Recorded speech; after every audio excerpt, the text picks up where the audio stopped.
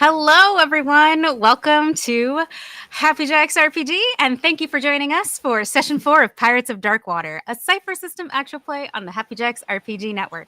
To catch up on past episodes, visit happyjacks.org/Pirates of Darkwater to find all of the shows on Happy Jacks network. And sorry, I can talk English today. To find all of the other shows on the Happy Jacks network, because there are many, visit happyjacks.org. I promise you, I woke up and had caffeine today. I'm still waiting for it to kick in. Anyway, my name is Vixie Bell, and I will be your friendly neighborhood GM for this game at Happy Jacks, and I'm super excited to be here. I will be playing everyone and everything else, to quote Brendan Mulligan, if you've listened to Worlds Beyond Number anyway. And as always, I cannot tell this wonderful story by myself. I rely on this wonderful table of storytellers to tell the story with me. Now, that said, I get to choose one of you as my wonderful victim to talk about yourselves and maybe, tell people about you and the character you're playing. Ooh, I think today we're going to start with my favorite googly-eyed bandit, Courtney. Hey, all right. Sorry, my character sheet disappeared for a moment.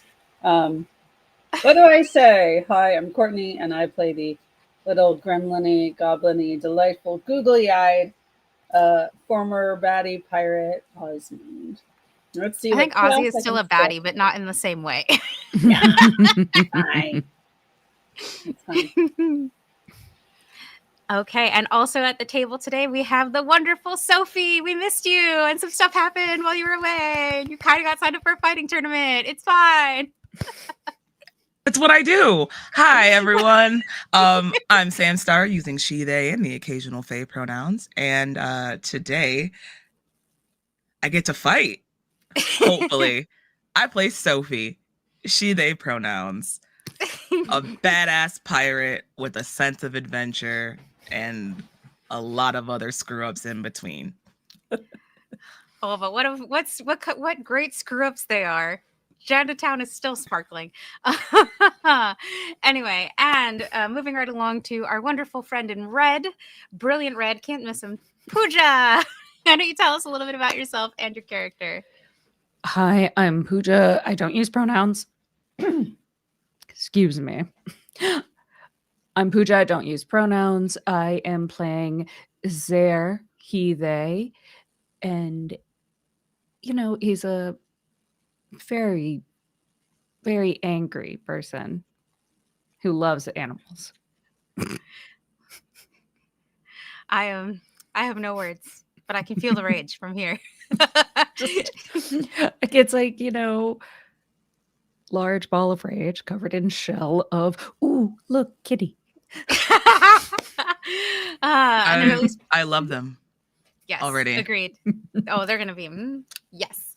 And last but not least, the wonderful but woefully unprepared Lloyd as Ari. Ari's the unprepared one. Lloyd is actually great at this. Don't worry. Lloyd, you're also muted. I know. I said I was like, no. We're doing great today. Hi, I'm Lloyd. I am unprepared. I have a weird ringing in my ear. I don't know why it's there, but I'm hoping it's actually not permanent. And I'm looking forward to today's session. We are your Pirates of Darkwater. It's going to be great.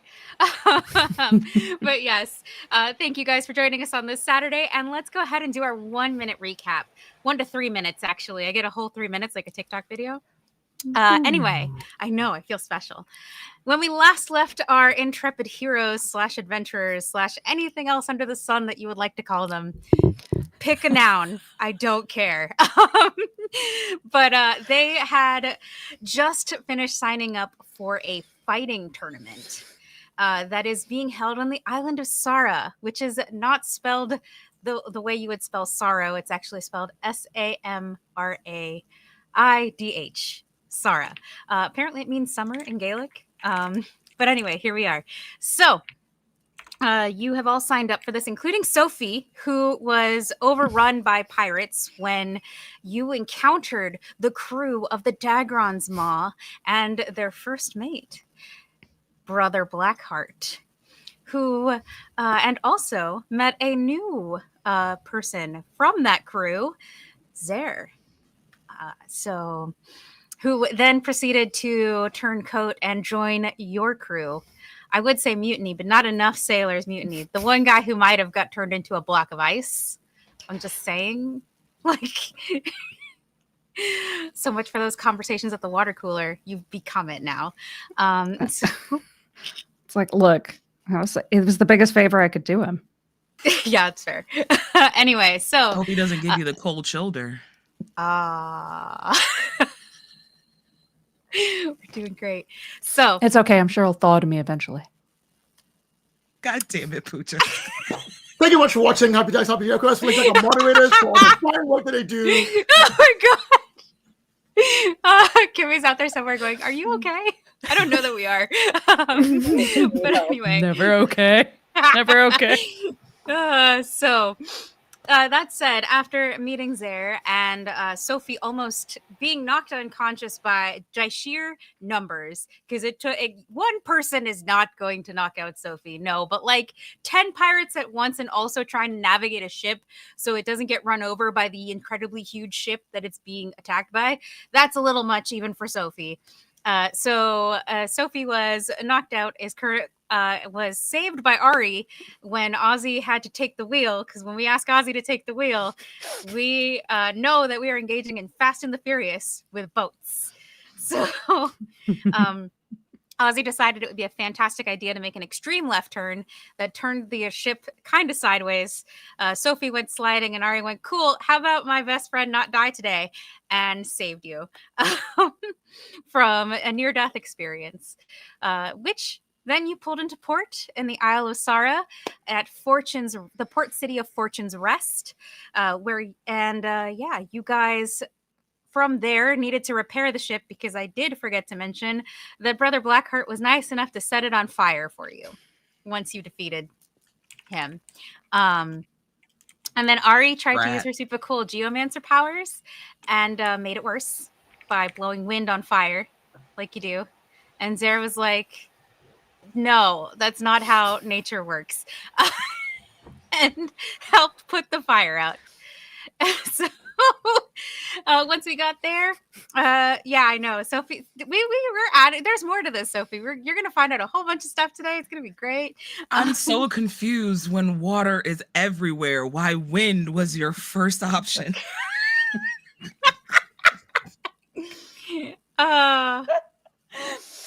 So okay, you know what?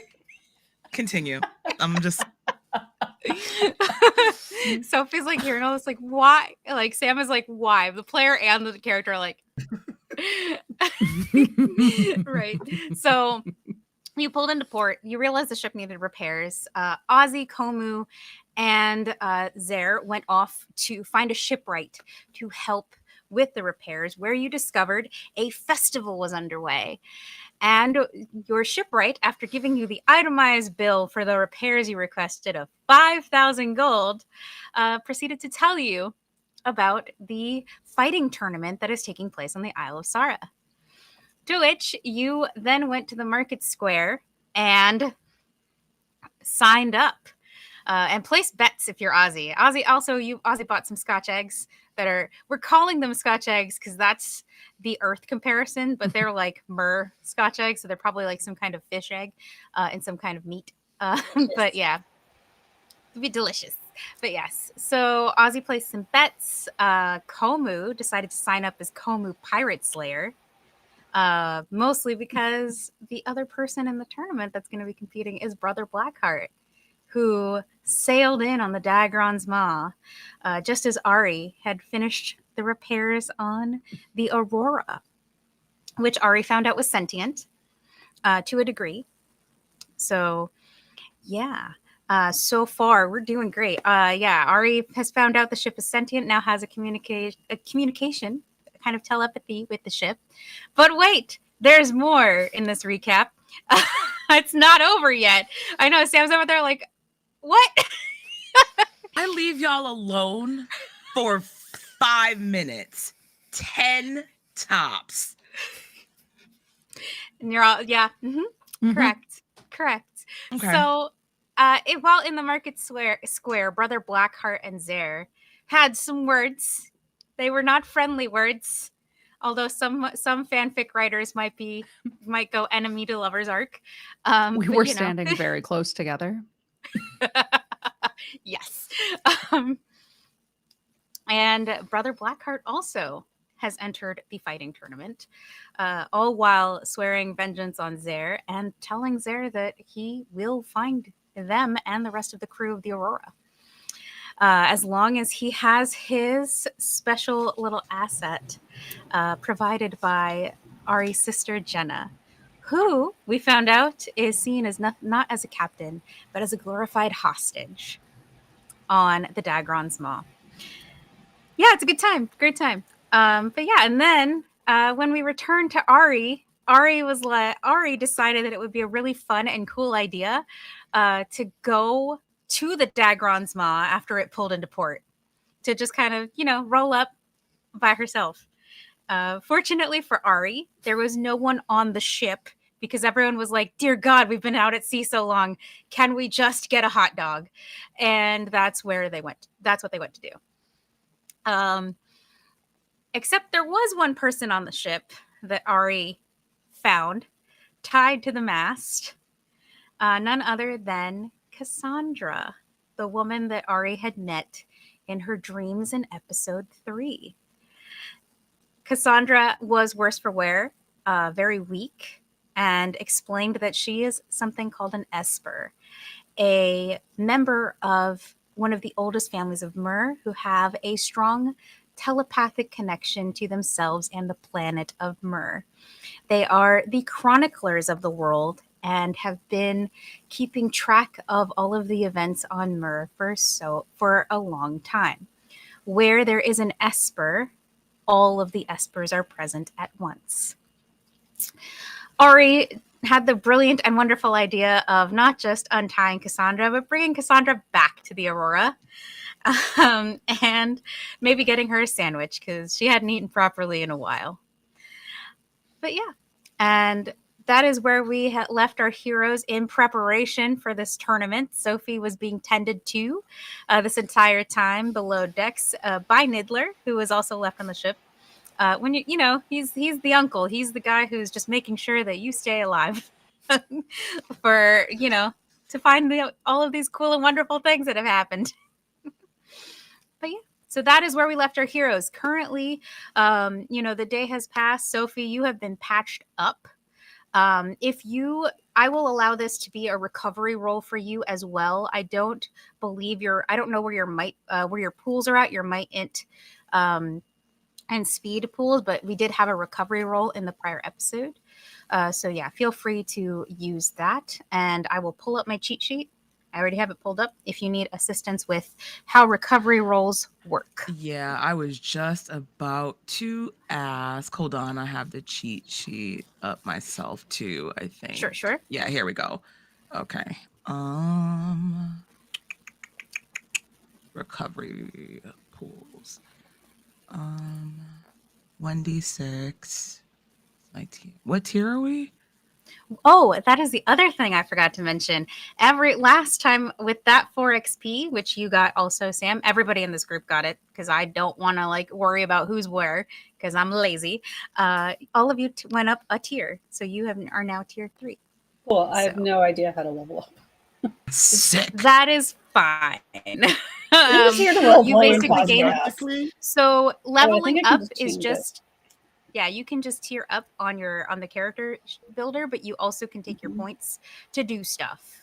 You can choose for tier ups. You can choose to increase your capabilities, move towards perfection, get some extra effort, upgrade your skills, and also reduce the cost for things like wearing armor, adding 2 to your recovery rolls, or select a new type-based ability for your tier or a lower tier. And for our wonderful audience listening out there, we are using the old Cypher. We are not using the new Cypher, which is, I believe, still on Kickstarter right now. Be sure to check it out. They have made a lot of adjustments to the system, some of which I really like. It's just that because my players are new and learning the system, I didn't want to make things more confusing for them. But yeah. And so as far as tier ups goes, you're all tier 3. Feel free to spend your XP as you like. We do not have to do that right now. if you guys want to jump right into the story. But I will be available to help you at some point. So I will definitely need help because I'm trying to do it and it keeps telling me you don't have enough XP. I'm like, I have 10. So I don't know. because you need You have to spend it. you have to spend it. Yeah, I'm trying to, I don't know how. The system Well, is not. We'll We'll get walk there. you through it. Well, Yeah, we'll look, I walk just you want to through be a it. little goblin, so I don't even care. I'm a little goblin. Yes. Yes, that's fine. We'll figure that out later. But yes, you are all have all tiered up. You're all tier 3 now. You're gonna get some cool shiny things for episode 6, which is our halfway episode. I'm super excited about that. But for now, let's lay the groundwork for episode 5, shall we? Are y'all ready to play a game? Let's Mhm. go. Okay. We leave our heroes. We have left our heroes. All of you have taken respite on your ship. You are currently asleep, and we are in the wee hours of the dawn. It's early morning in Fortune's Rest. So early, in fact, that the skies are just beginning to turn the purplish blue of the Marian dawn. Water laps lazily against the coast a few miles from the port city, washing over what appears to be a humanoid creature laying against the sand. Their clothes are in tatters, and it seems as though they've had a hard time. Their hair is streaked with white, not from age, but from stress. Perhaps they were a merperson once, or a Cree, or even something else. However, when their pitch-black eyes open, it is apparent that they are no longer what they once were. They bring themselves to their feet, gathering a small, orb-like structure from beside them.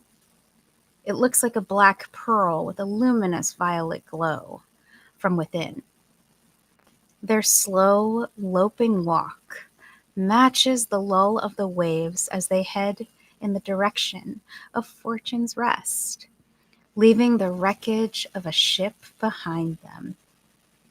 The last thought given to their appearance is a bit of tattered canvas tossed casually over their shoulders. And from their lips, they whisper, "So it begins." But it's tournament day. So our wonderful heroes are currently on the ship, and the sun is rising.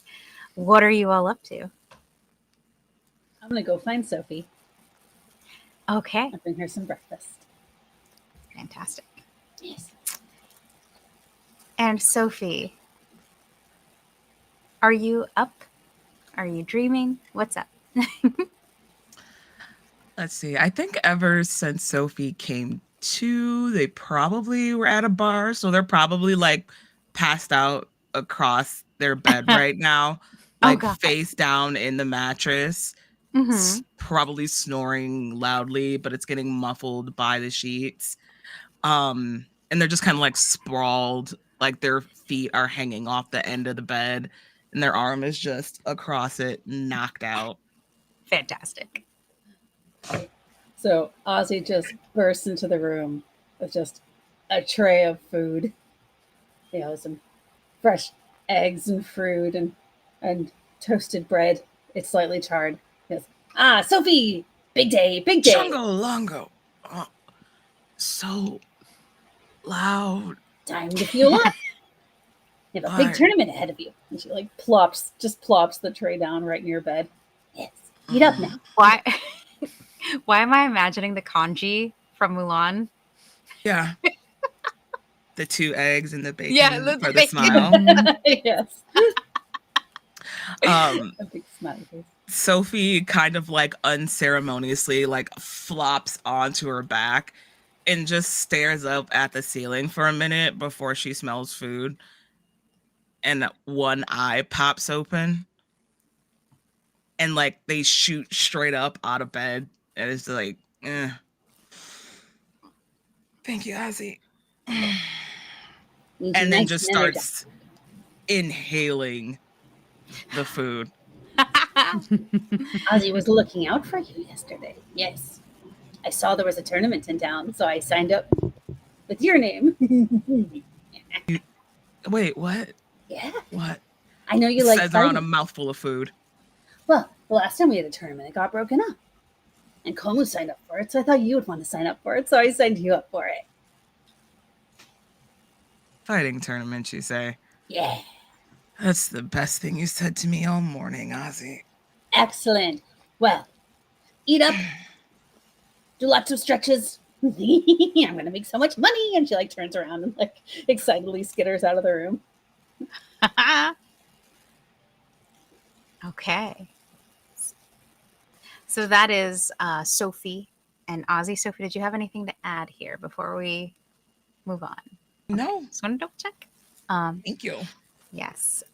Zare, what are you up to right now? I think Sarah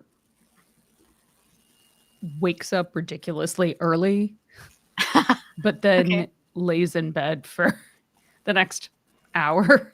You're so Just- real for that. Just like, it's nice not to have to do anything. And there's like a cat pads across the floor, leaps onto their chest. Aw. Eight. No, oh, come on. Just It starts purring. Just All right. lays down. It's like, this is my spot now. Mhm. Like directly across his face. This is great. I love it here. I can't breathe. But this is how Zare knows that it's time to rustle up some kind of breakfast. So gets up. I didn't know that you had a cat. So how did this cat get on board and nobody noticed? There, I think, is just during the like the boarding from the Dagron's maw, and this whole like we were all so focused on Brother Blackheart and then the fire and then everything else, and it just like boop, and then like just and then just did what it wanted for the last day. Oh God, amazing. And I think once you've managed to pull the cat off your face, you see glaring at you from across the bed, just two hands and a pair of, I believe his eyes are blue or green, as Niddler glares at you from the edge of the bed. Hello? Why do you look like him? Look like Him. You know who I'm talking about. He looks from left to right to make sure that there is no one, like just listening to make sure that there's no one around. Bloth. just oh. You have his eyes. I'd never forget them.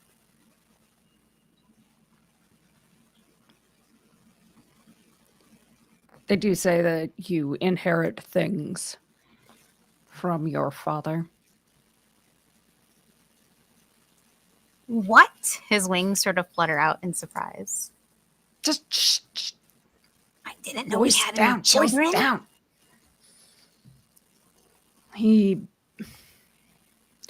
Pirates get around. I didn't even think he'd be capable of that. I really don't want to talk about what he might have been capable of with my mother. He, like, if he had a nose to wrinkle, he would, but he does not. He has a beak. So his beak just kind of pulls up a little bit. It's like, well, if you touch a hair on Ari's head, I'll make sure you regret it. and he's like, he puffs himself up and tries to look as threatening as he can. But this is also Niddler. Niddler doesn't look that threatening to begin with, so he And just I looks lean and I lean over. Little monkey bird. If I had wanted to harm her, I have had ample opportunity.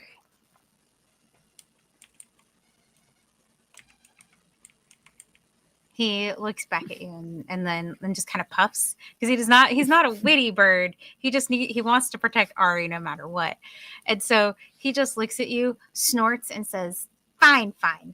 I guess I'll tolerate your presence here.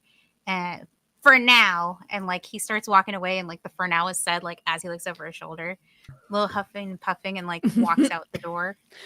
And I think that the like Zaris is kind of like, fine. That could have actually gone so much worse. But now that there is a monkey bird walking away from a cat. True. Because your cat's still in the room watching this, like, what? Mm-hmm. That there's like a and then there's and it's moving away. And it's moving away.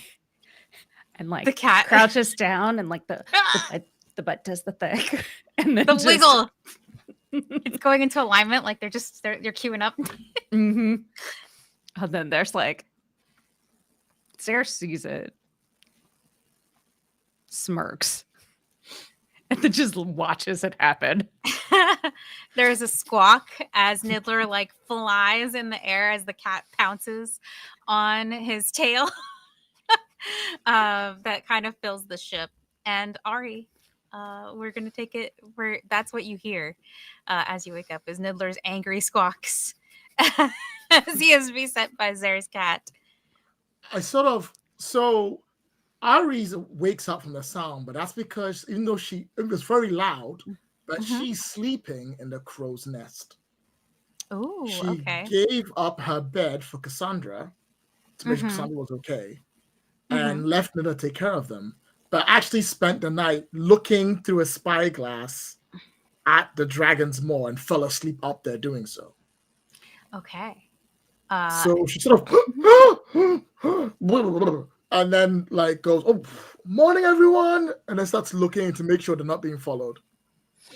The dragon's maw has been in port and has shown no signs of recognizing the aurora, which changed colors last session, or basically looking for you guys. It's been fairly, aside from the noise of the Esper going missing and pirates frantically searching for their missing cargo, you can tell that they can't really be super overt about it, because if they reveal who Cassandra is, it could cause more problems than it would be worth. But they seem to have also given up the search for Cassandra for now, at least. Because even pirates have to eat something and go to sleep.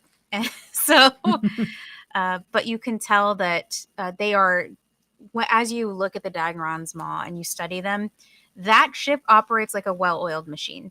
There are people like, that ship is scrubbed. The people are doing maintenance on the ship. Like, this pirate crew works very well together. And that's what makes them all the more scary. Oh.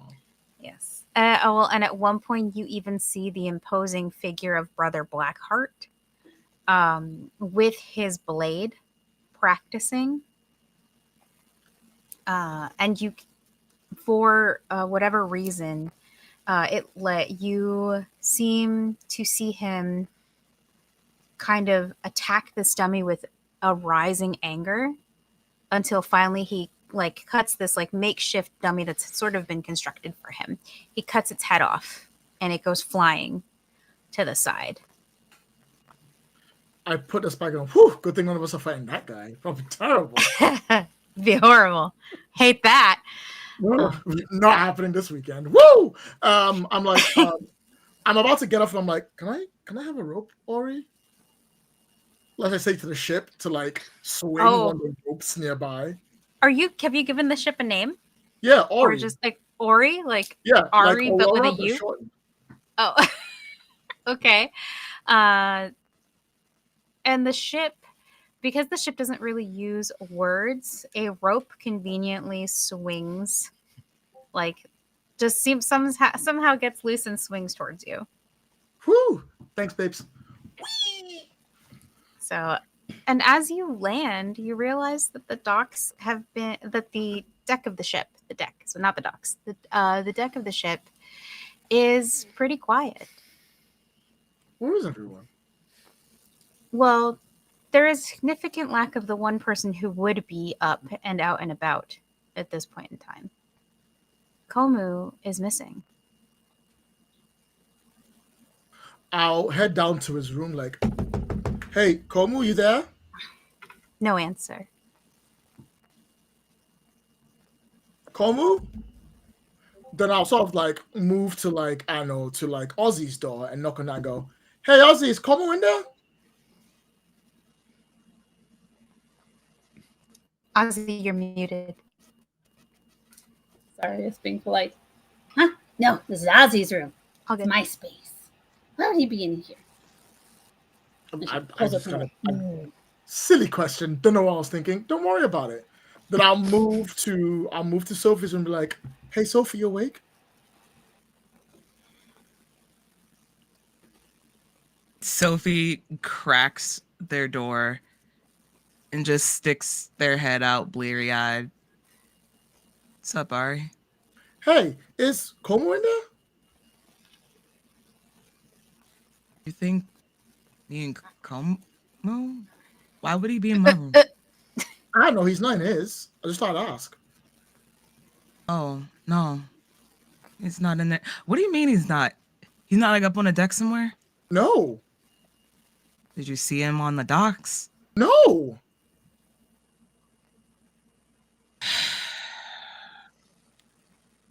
And Sophie Hang just on. kind I'll of check like, his room.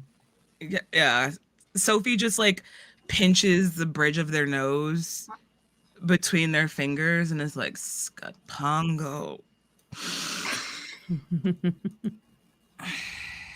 And I'll walk up and I'm like, Zia. Okay. Mhm.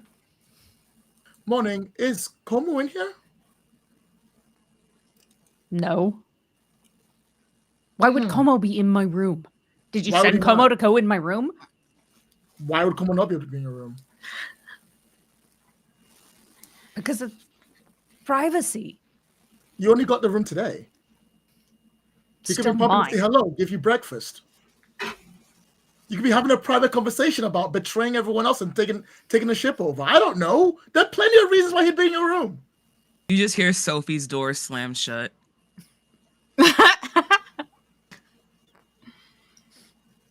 There's a moment where Sarah is very offended when you're like, you could be having a private conversation about taking the ship over. And then it's like, actually, you might be smarter than I thought. That's probably a good thing. Like, actually, you know what? Fair point. Like, I'll Okay, give it to team you. meeting, everyone. Everybody wake up. We got a team meeting. Everyone on deck. Come on. Let's go. Ari. And Yes. Sophie comes out of their room, like, throwing on the rest of their clothes, just so slouched and clearly hungover. It is so early. You are so loud. You could just go door to door and tell people to come up on deck. You don't have to scream. You're here now. And then Sophie goes, everybody on deck! And stomps up the steps. I'm the dang captain. Anyway. I think the All last right. door to open is your door, Ari, as Cassandra slowly and carefully, like, kind of comes out. She's had some food since she arrived, so she's a little better than she was when you found her the day before. But she's still wearing, like, she now that it's dried out, she obviously put it to dry after you guys took a swim. But she's back to wearing her cowl, with like the sleeves and such, that kind of covers her face when she has the hood up. But for the purposes of this, she actually does have the hood down. So you can see her features and her short brown hair as well. So she's like, "What? Why is it so noisy this morning?" Don't worry about it, Cassandra. You go back down below and get some sleep. You don't have to come up. You're fine. All right. I figure you might not want me too many places today because of, the hunt or whatever. Yeah, good point. Stay in the room, stay low, stay quiet. I'll bring you some food later. Have a good sleep. I'll see you in a minute. Okay. And she she goes back into the room and plans on staying there for now. You realize that she's probably the one who is the most likely to be able to find Komu, right? Yeah, but we can't bring her on deck. And she's tired. And we can't meet She was downstairs. tied to a mast for like God knows how long. I'm not about to ask you to do some work now. I think 3.5 weeks. 3.5 weeks, approximately. Oh, okay. Great, thanks. Sophie shuffles back downstairs to their room, grabs the remaining bowl of kanji, and is like, "Y'all made so much noise this morning. Deck meeting now." And stomps back up the steps. As Ozzy is spoon half in their mouth. Upstairs. We're coming. As Ozzy's walking by Zier's room, she just goes,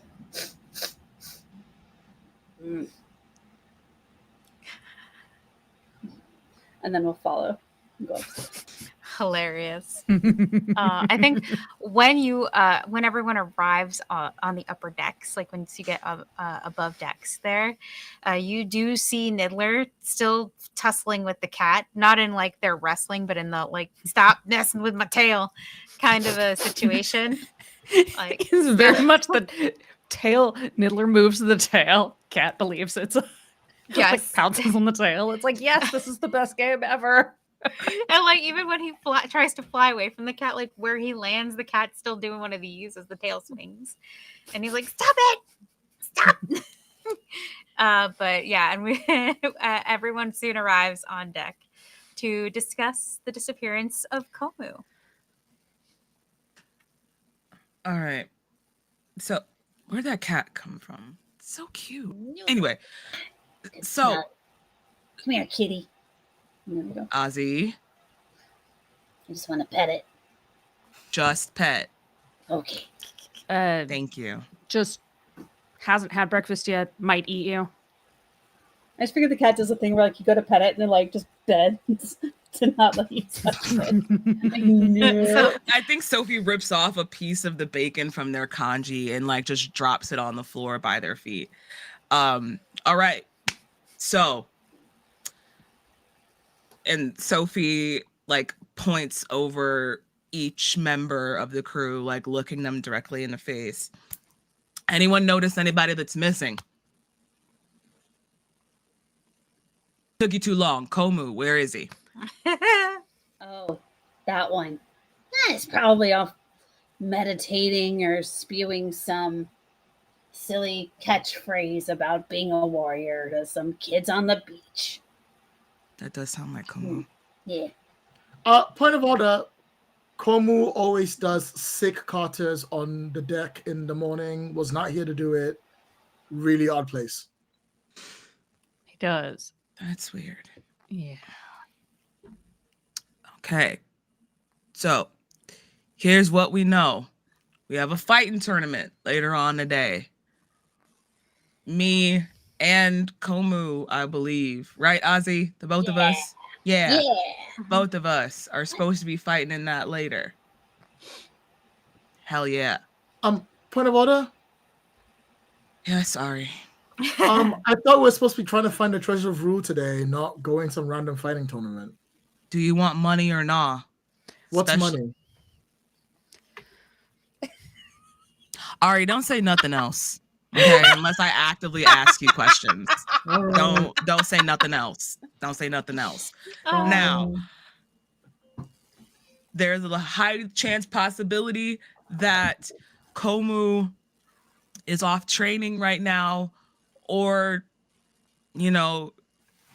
teaching kids and the way of the fist or whatever it is that he does.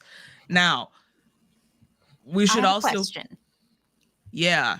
So You. who aside from Ari would have stayed up late the night before? Okay. So Me. Oh, I'm sorry. I raised my unironically, hand. yeah. I have to say it out loud. Me. Okay. Yes. No, that's yes, fine. yes. I think Zare Uh, would also new place, not comfortable, like Well, kicking and the out. Dagron's Maw is right across the way. So, all right. Those So, guys. as you're asking these questions, Sophie and Zare, both of you recall seeing Komu the night before. Zare, you recall that Komu left the ship, but don't recall why. And Sophie, you ran into Komu as he was leaving the ship, but again, you don't recall why he was leaving the ship. Okay.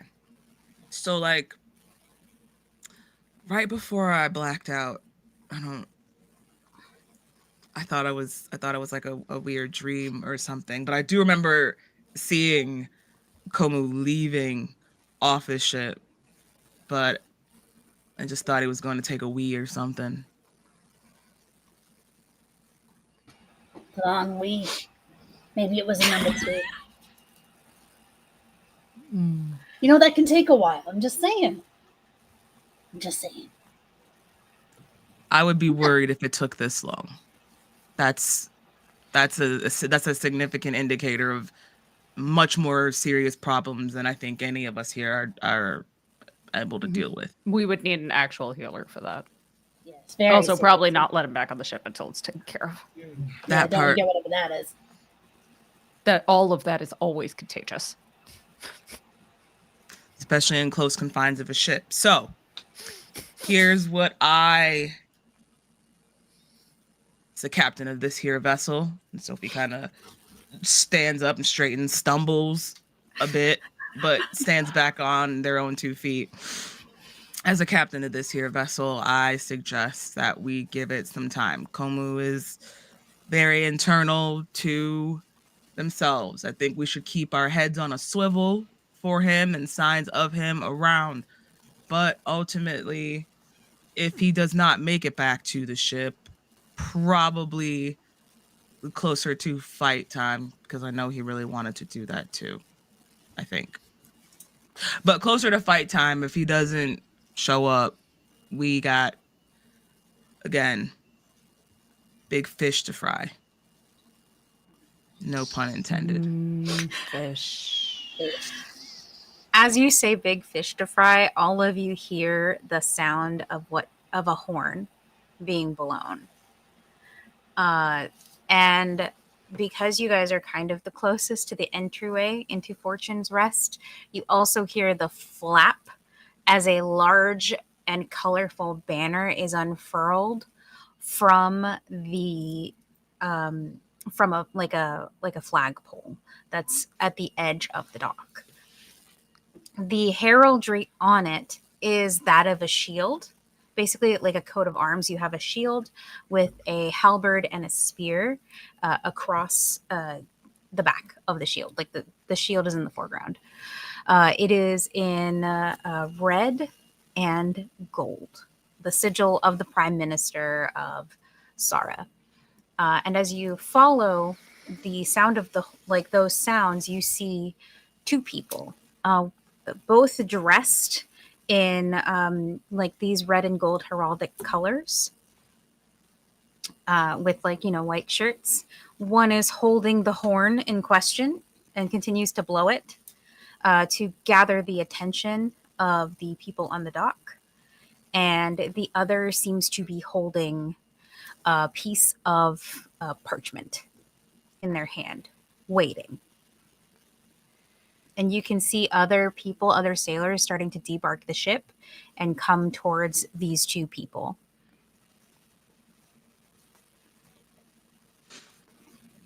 Looks like someone important over there.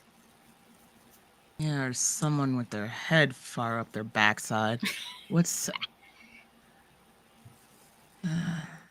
I mean, you know them, Ari? Do Are I? familiar with? Yeah, are you familiar with Sorry, them? that was Multivixie. Do I? Oh, you Oh. are not as familiar. I guess my question here is because you have a lore skill, correct? Yeah, law and history. And history. So yeah, if you have a history skill, you are going to know them. But let's roll to determine how much you know about them. This is not a Alright. high difficulty. It is going to be a level 3. So you're going to roll a 9 or better. I have history. Can I drop it down to a 6? You can.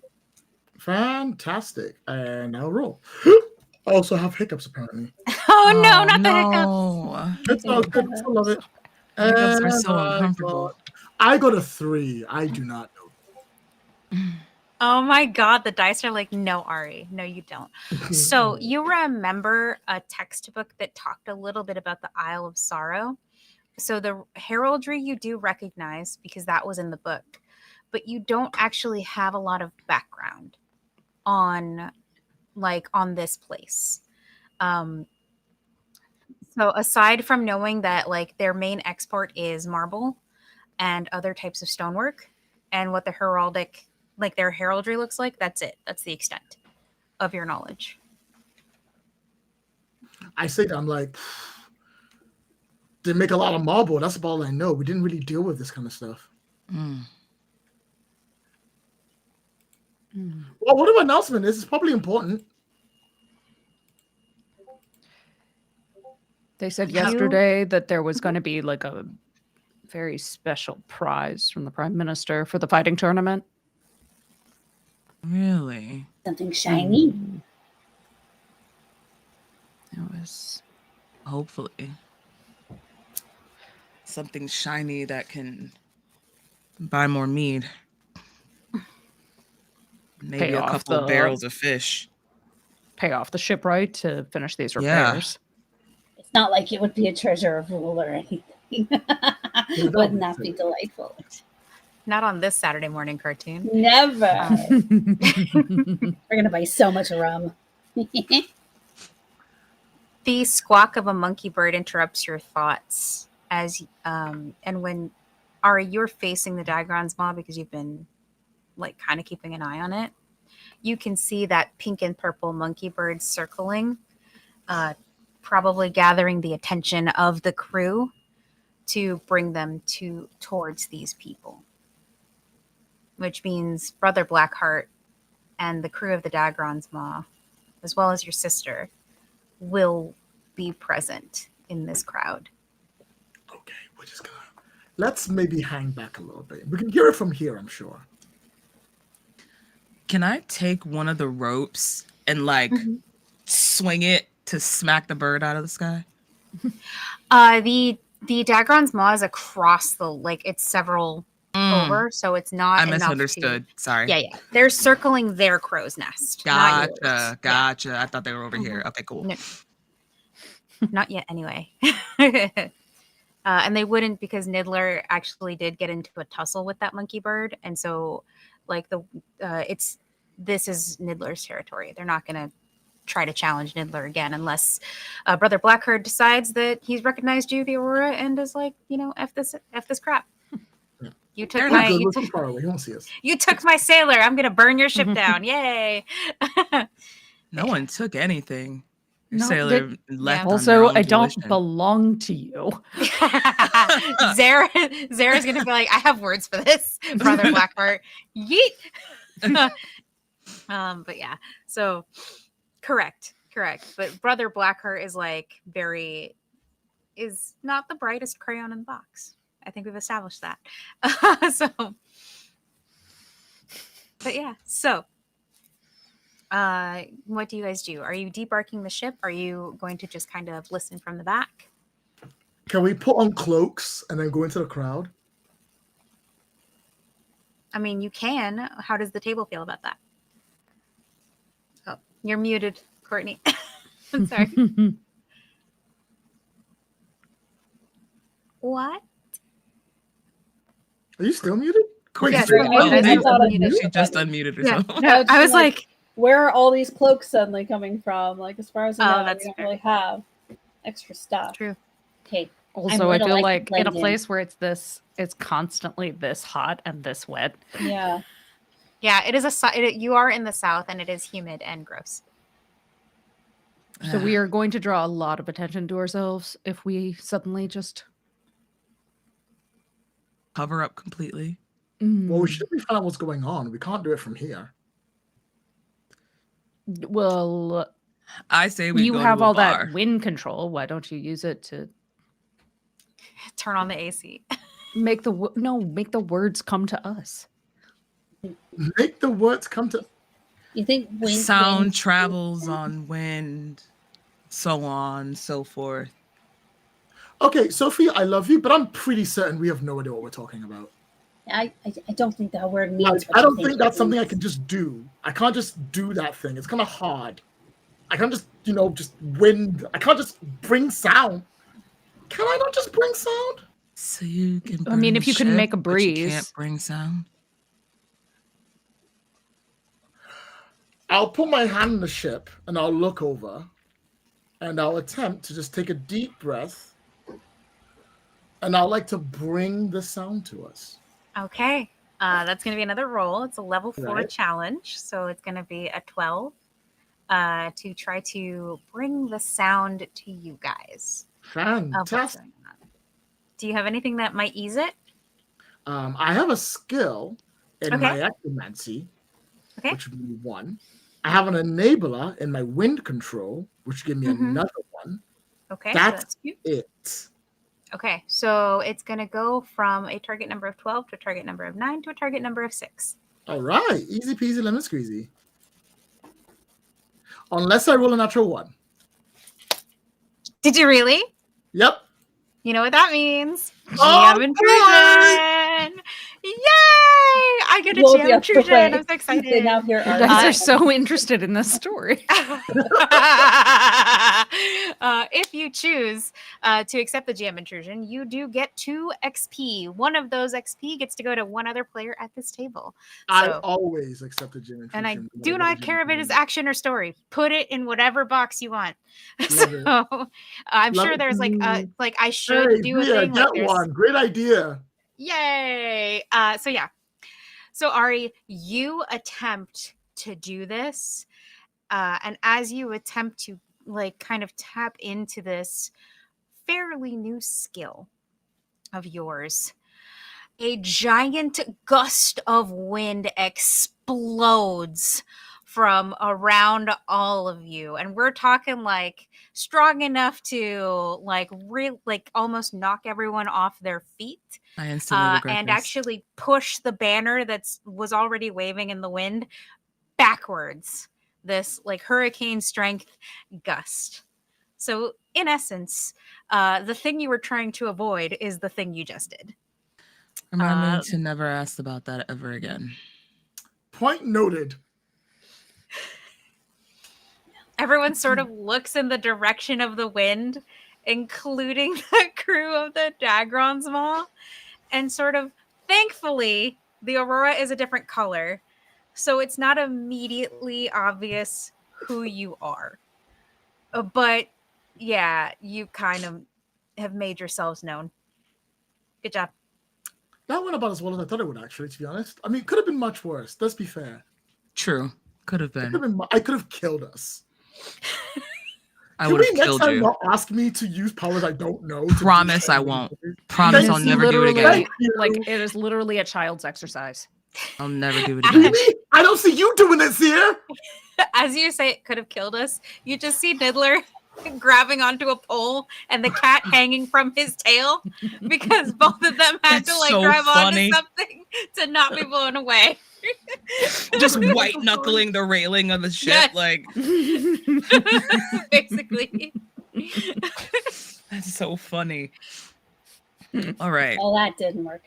Oh yeah, that was a terrible idea. Okay, so I have an idea. my initial plan, Ozzy, Ooh, ooh. what is your plan, darling? I volunteer Sophie to go and listen. Okay. No one's seen you yet. They don't know who you are. You've been on the ship the whole time. Fair. Valid. Deal. All in favor? This is why we brains of the operation. The real brains. It's Ozzy. Okay.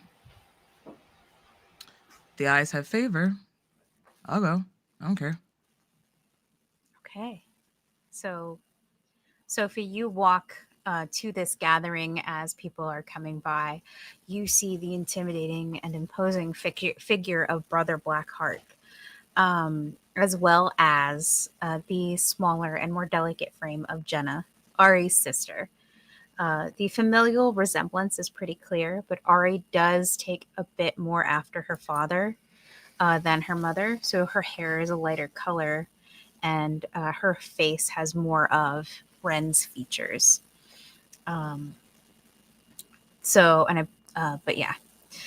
Whereas you can see the contrast with Ari, who takes after Tula a bit more in hair and features. But good old Tula. Yeah, there's no mistaking that haughty air that comes with children who have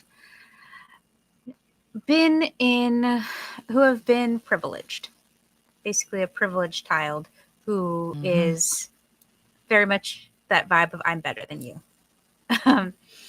As they prepare to listen to whatever's about to happen. Yeah, I think Sophie just kind of slinks off over to the side, still keeping Jenny and Black, whatever his name is, Blackheart. Him.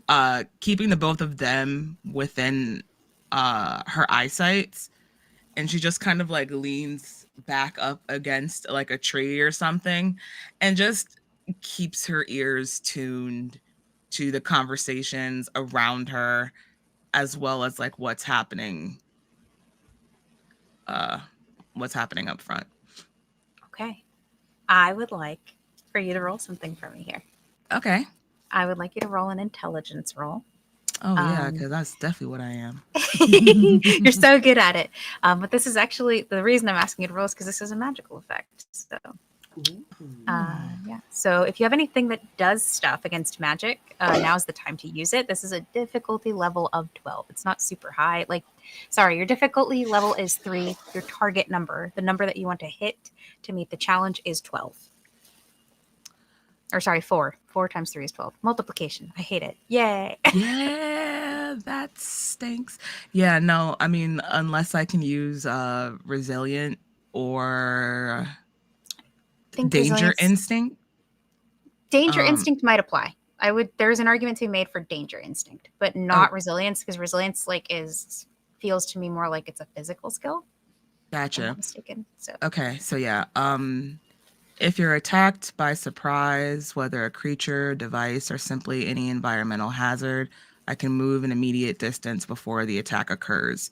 If moving prevents the attack, I'm safe. If the attack can still potentially affect me, if the attacking creature can move to keep pace, the attack fills an area too big to escape, etc. The ability offers no benefit. So I'll use that if I can.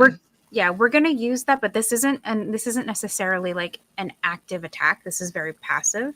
Okay. Think of it as something that like just happens in the presence of something. So what we'll do here is I'm going to allow it to ease the challenge. Okay. So basically I'm trying to see if something affects you at all. Okay. And I'm saying if not, I will just use one of my edge in intellect to lower the difficulty as well. Remember, edge just lowers the cost of using a skill. Your effort is what you apply to lower. And you need to receive those points. Okay. All right. I swear I know this system. It's okay. Everything starts with an E.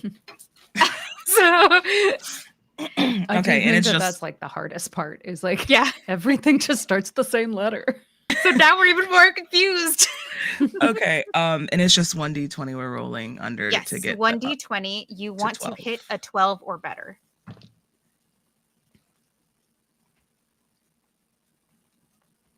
Can't read that. It's nice to shoot, that's a 13. Me. Woo! It's a 13. All right. So you I am gonna like give a nod to your danger instinct here. You kind of move to the side in the way that like, oh, something's coming up behind me, I should move. without just after years of training in the martial arts. And that is good because you almost feel something as a figure appears behind you. And you can see that it's a bit strange. They have a blindfold on, but are wearing and seem to be wearing newer clothes. They're worn, but they don't quite seem to fit properly. It's almost like they're just a little too big. I would argue that you might think they were secondhand. And the person has sort of bluish skin. They remind you of a Cree, but also a little bit of a mer person. Sophie they were kind of slouched and lax up against the tree, but I think once that presence kind of like makes its way up behind her, they stand a little straighter, subtly, but kind of like prepping themselves for some type of anything. Nothing happens, but there is like an unsettling sort of feeling that you get from them. I'll do that thing where I act like I'm gonna crack my back and like twist, but like look behind me. There is like, are you looking at them or are you trying to see I'm gonna try to okay. I'm gonna try to look at them and see if I can see at all what's on their person. Again, it's these kind of secondhand looking clothes that seem almost like they're a bit too big for them. A belt, like a sash, has been haphazardly tied around their waist. And from that sash seems to hang what looks like a leather pouch. Again, all of this looks used. Any weapons that I can see, like outlines? No weapons that you can see. Nothing. Just a kind of a lean frame, which is what, like, the lean frame of a swimmer, of someone who like swims a lot, which is what gave you the impression that they might have been a mer person more than a Cree. Mm-hmm. And hair that has sort of been haphazardly pulled back into a loose ponytail that is long and has streaks of white in it. But their appearance gives you the impression that they are too young to have gone gray necessarily. And this very much gives the impression that there might be another reason, because typically your hair starts going white when the follicles are stressed. So it's very possible that this could be stress related too. You didn't have to hit me with a stray, Pixie. I just wanted You're welcome. I just wanted to like hit you with the stray. Here's some extra. Yeah, did not have to hit me with a stray, but yeah, here we are. Okay.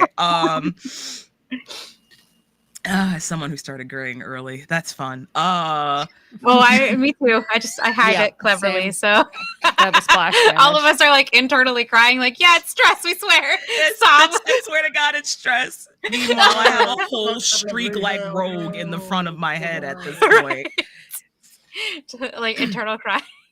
Internally crying. I'm crying in the club. I'm smiling right now, but I'm actually in the shower crying. I'm not going to pick up hair dye after the stream or anything. So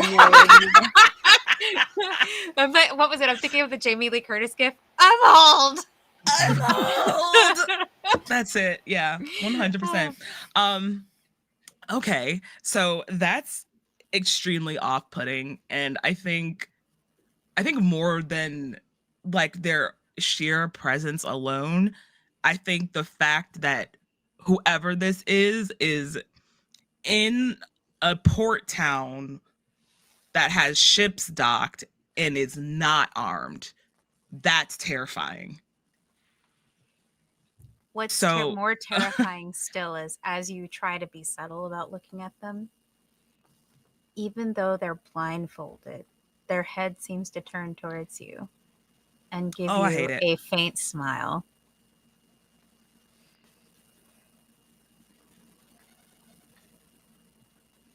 Sophie's just like nods like upward, but then like turns back around and tries to ignore that the best that they Whatever can. this is, I don't want to know. Whatever this is, I don't want to know. So I'm going to attempt to keep my gaze locked on Blackheart and Jenny. I'm hoping Jenny doesn't recognize me. Jenny from the block. No, Jenna doesn't seem to acknowledge your presence. Thank God. Necessarily. She seems much more interested in what's happening here, and rightfully so, because at this point is when these two people begin. The person with the parchment begins to speak and says, for those who are participating in the fighting tournament today on the Isle of Sara, welcome. We welcome you to our fair isle for this once-a-year opportunity. And as part of our welcome and as part of being a gracious host, our Prime Minister does invite all of our tournament participants to join us in the Hall of Champions for a meal, a brunch, if you will. Will there be booze? There will Sophie be all like manner... yells it, but like throws their voice so it sounds like it's coming from the opposite side of where they're at. Yes. Important questions. They pause for a moment and continue to read. There will be food and libations of all manner to be enjoyed by all. The Prime Minister is eager to speak of the pot that can be won by the champion fighter, as well as the prize that is on offer. As you all know, the Prime Minister has gotten his hands on a rare item that he wishes to gift to the best fighter at the tournament. We hope to see you there.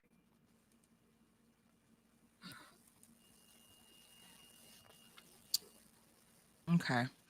And then he carefully rolls up the parchment and like all this build up for that, just to like for a breakfast invitation. Right. It's like, if you're fighting, come to brunch. Okay, bye. Yeah, so I think after that, Sophie kind of like launches himself up off of the tree that they were like lounging on. And she's just like, oh, this fanfare just for a brunch invitation. Unreal. And just walks away, but tries to walk around, but to get closer to where Jenny and Blackheart are. I want to try to hear if they're talking about anything amongst themselves. Awesome. And like as you doing that forces this interaction with the creepy person that has been standing behind you. I'm kind of intrigued by them now.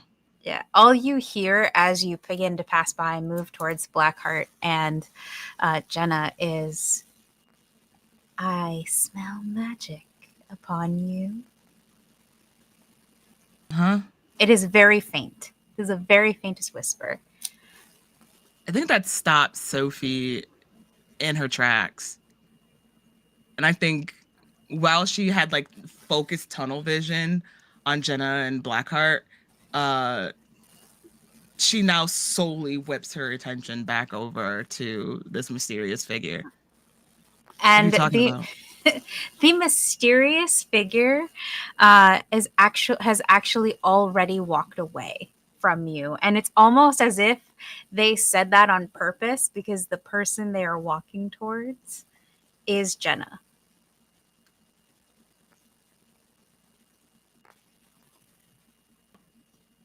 Backs up slowly. Damn it. All right, I'm still gonna try to hide closer amongst the crowd to go. Just kind of like roll to go up, listen. Yeah. Okay.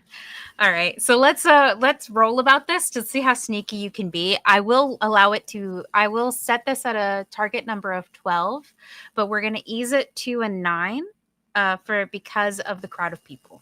That'll give you a little bit of an ease. Cool. Cool. Also, before I do that, question: does Answer.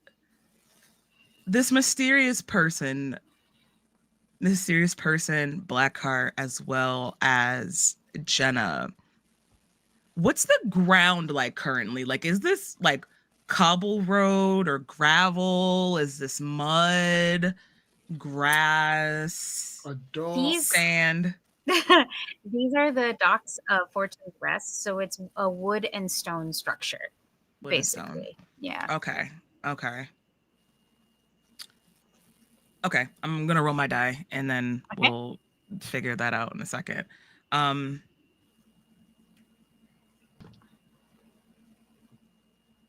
Natural 20. Major effect. Let's go. Okay. So you are able to expertly weave your way through the crowd. What does that look like for Sophie? Sophie is tall, but I think they still, throughout their life and time on a ship, they've grown very accustomed to making themselves smaller so that they can move quickly and efficiently in and out of through crowds of people, more specifically on deck, so that she could get to what she needed to do, but also like stay out of the way of her parents and stuff like that. So I think she just harkens on that, and you just see her crouch just a little bit to soften her height, and then just starts bobbing and weaving, cutting through and out of people, around trees and places like that, if there's any around. Wonderful. And I think for your major effect, you are going to hear this conversation in its entirety. Yes. And you hear Love you, the rumbling, low growl of Brother Blackheart as he begins to speak. And you, as this person approaches them, and Jenna just seems kind of like, ew, what are you? Kind of very Mean Girls like. But not like, she doesn't say that out loud. It's in her demeanor. It's in like, excuse me, you know? The way Lloyd is smiling, that is so funny. Great. I imagined her just like in her head, like that Bratz movie. Ew! I don't think she's that childish, but definitely that like, and but yeah. So and the person introduces themselves. I'm a friend. Koa Nui is my name. Koa Nui. And it is my understanding that you need a bit of assistance.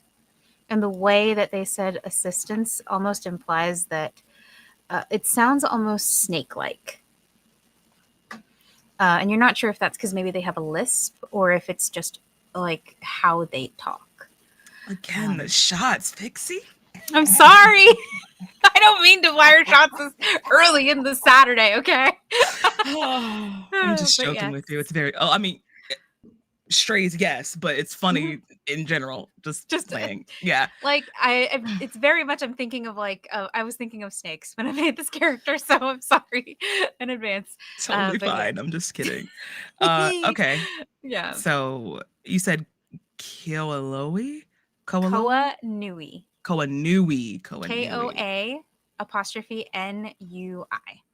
Koa Nui. Okay. And they extend their hand towards Brother Blackheart, completely bypassing Jenna. You can tell that like the person that they're interested in is Blackheart, not Jenna. And Brother Blackheart looks down at her hand and then back up at the face of this person that has been blindfolded. And he says, I'm not the captain. Koa says, I know, but I believe, and she like gives the most cursory of glances to Jenna, that your captain could also use my help as well. perhaps we might be able to make a deal of some kind. And like Brother Blackheart like pops an eyebrow and folds his arms over his chest in the way of like, all right, let's hear you out. And the way this conversation goes, and basic Koa implies that they are looking for something,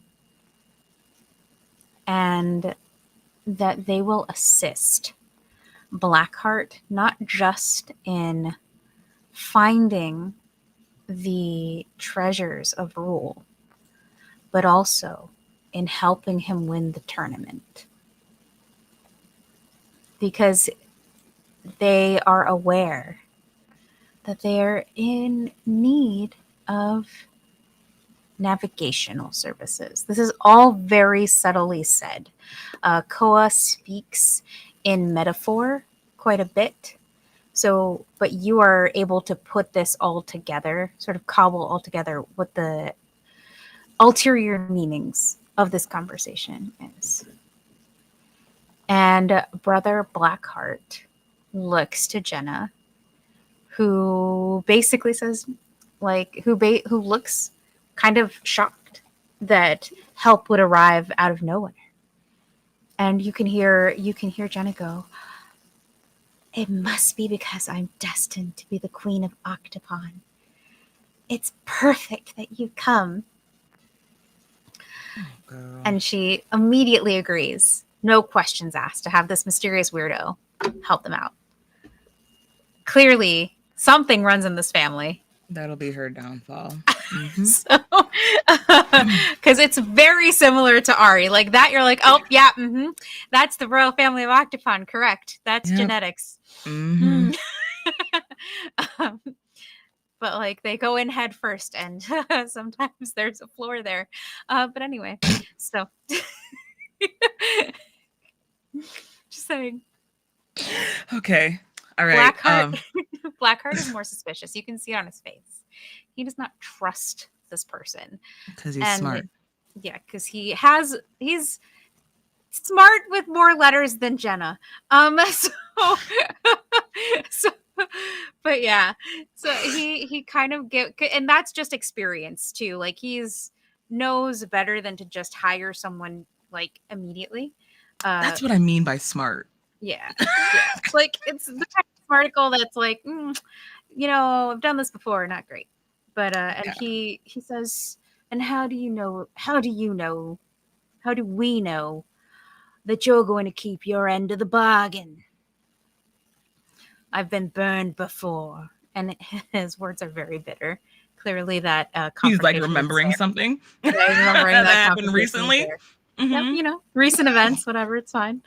It's fine. And you can see Koa reach out and touch the tattoo that Blackheart has on his bicep. And Blackheart, like once their finger pulls away, Blackheart touches that spot and seems to keel over for a minute. You're too far away to see what exactly is happening, but something is happening. And then he sort of straightens up. And you can see that he's holding himself a little bit differently. There is something more intimidating about him before. Mechanically, you'll find out what that means later. Anyway, so Jenna seems a little bit shocked. And then all you hear is Koa say, "Let's take that as a gesture of goodwill. Oh, and don't worry about any pirate slayers. I've taken care of that for now, too." And she walks towards the Dagron's maw. Or I keep calling, well, she, they. We'll go with she, they, so I don't get confused myself. She walks towards the Dagron's maw, clearly as though she's already been accepted into as part of this crew. And Blackheart and Jenna sort of look at each other and then head in the opposite direction towards the market square and towards the Hall of Champions for brunch. Just another, brunch outing. It's fine. Well, Along with the flow of the crowd that also seems to be going in that direction. well, I already had cute congee for breakfast thanks to Ozzy, so I'm not too hungry. And I got a barrel of rum in my room already, so I don't have to go to a bar. So I'm just gonna go back to the ship. Okay. And I'm going to basically tell the crew exactly who I met, who is there, what I heard, and also explain to them that whoever that weird blindfolded person was did something to Blackheart, and I think they did something to Komu too. Wait, you think they affected Komu? Yeah, they said something about not worrying about pirate slayers and that they had already taken care of it because they were going to fight in the fight too. Who's the pirate slayer? That's what Ozzy told me Komu signed up as. Okay, that's a rad name to start with. Yeah, it is Incredible. actually. If I wasn't a pirate myself, I'd probably find it offensive, but since it's like not against me, it's with me, I don't really have a problem with it. It is kind of cool. I see what you mean. It's kind of like they're invited to the cookout, but they won't attend. Yeah. Yeah, like that. I see what you mean. Yeah, I got it. Yeah. All right, So, cool. but I also they touched Blackheart, and I thought he was gonna. I thought that they were doing us a favor. They like keeled over, like they were about to fall out, and then they stood back up, like they were bolstered by something. I'll turn my Bolstered head by. And then they said they smelled magic on me as I walked by, and that I don't. At first, I was like, "Oh, well, maybe it's like the remnants of Arya's, tsunami winds." But Okay, first off, it wasn't that bad. Okay, It yes, it was. definitely was that bad. I love how points up. everyone just like gets dead silent and looks at Ari like. Great, you fall unconscious for a whole day and nobody comes to you. I do one mistake and sell it. Everyone's about so One mistake. I was walking away. You like, make I always have a one problem. mistake. Mm-hmm. One mistake, the ship, and you were unconscious prior to. This is my first time, so really, I get more of an advantage because I've Wait, been around. are more. y'all just prone to falling unconscious? Not me. That was like a first time. Honestly, I don't think we were either. Like, actually, maybe we are. I put gold down on you. I need you not to fall unconscious. I'm not 100% sure where we is coming from in that statement. You, maybe. I'm gonna go make you some We as coffee in so you don't plural. fall over. Okay. I love you, So Ozzy. May I try to see, like, from my magic training, if I might know something about, like, from this description? Yeah, I'll explain to you exactly what it was that I saw and how it all went down and what was done from my do you perspective, what also- was done. explain what Koa looks like. Yes. Yeah, I'll definitely explain what Koa looks like. Their whole vibe too. Okay. And I'll even do like a really bad lilted like vocal impersonation of what they sounded like too, just for added effect. Okay. So because we're going this far, I am going to allow that to ease the difficulty of this one level, but I will. It's still pretty high. Your original target number. This was a level 5, so your original target number was a 15. It is now dropped to a 12 with that, with the assistance of that information, as you gather that and try to parse that with the knowledge that you do have. You also said that you were going to use one of your skills, Magic correct? training. So I'm trained in magic, and that eases it one step. So that will drop from a 12 to a 9. And then I will use my intellect to drop it further. Okay. So May you're going to I? spend points from your pool? Yes, I will spend 1 Okay. point of intellect. I've got 2 edge in it, so it costs 1 point to drop it Okay. So another level. it's going to go from a 9 to a 6 that you need to hit. And then, Ari, you had something else you want to add? Yes, I actually have understanding and identifying the supernatural. So I'd like to say, could I use the help to like say something close to what references it? This To will ease it by be one? the third and final ease on that then, Mhm. and it will go from a 6 to a 3. So you have to hit a 3 or better. That's a 10. All right. It's definitely better than a 3. Hey, You know, which is good because this was originally a 15, so you wouldn't have made it. Yeah, in its exactly. original form. Yeah. So as you describe, as Sophie is describing Koa and the circumstances in which they met, Ari, you start like kind of thinking about some of the things you've read, and you begin to compare it to Zer. Zer, you remember it to stories that your mother told of someone that Bloth used to work with at times, not always, but sometimes. In that time, they were described as having a cloak that covered them from head to toe. But the vibration was the same. For you, Ari, you also remember them. Remember like something like someone who matched these traits. Both of you would know that this is a dark disciple. Or potentially a dark disciple. I'm going to say you're not 100% sure because you haven't personally encountered them, but it sounds like a dark disciple. And for those of you who are not fans of the show and who don't know or who may not be familiar with what a dark disciple is, a dark disciple is a follower of the Dark Dweller. Oh, no. And the Dark Dweller is the embodiment of dark water itself, the evil that has leaked through the cracks in the world of Myr.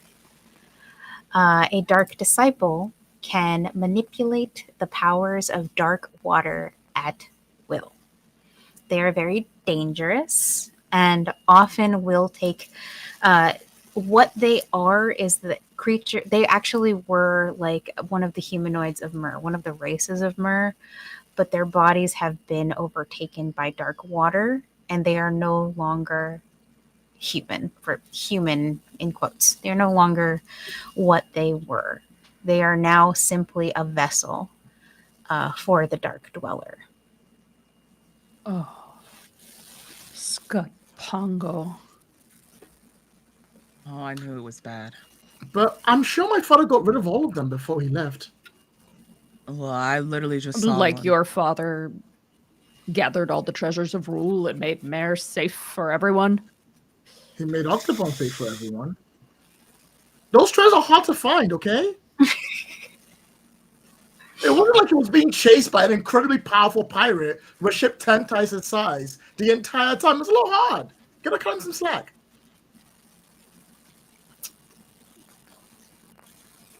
No, I really don't. I will say this, based on that roll, even if Ren did get rid of all of the Dark Disciples, it doesn't mean that new ones cannot be made. To True. fully eradicate the possibility of Dark Disciples, dark Would be to water get rid of itself would dark have water. to be Mm-hmm. removed. There's no getting rid of all the dark disciples without getting rid of all the dark water. Well, that's what we're doing now, isn't it?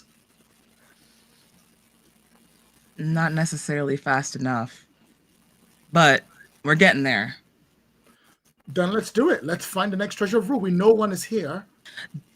Oh, they did say at there's a special prize that they're going to give the winner of the championship fight that me and Komu are supposed to be fighting in. Maybe it's the treasure, or like a map or a clue to the next one. But if Brother Blackheart is empowered by the dark water, might be a bit more difficult. we need to find Komu. He may be powered. I'll be right back, I say. He will be powered by coffee. What about Oh, that's all that. What about brunch?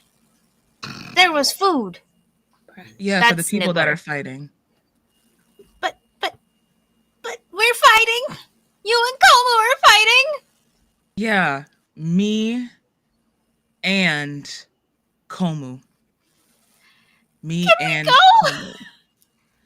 Nether, I'm Can so we go as sorry. your guests, I don't please? know. They didn't say. I'm it was so like hungry. We'll just tell them your name is Komu. It's not like he's here to claim it.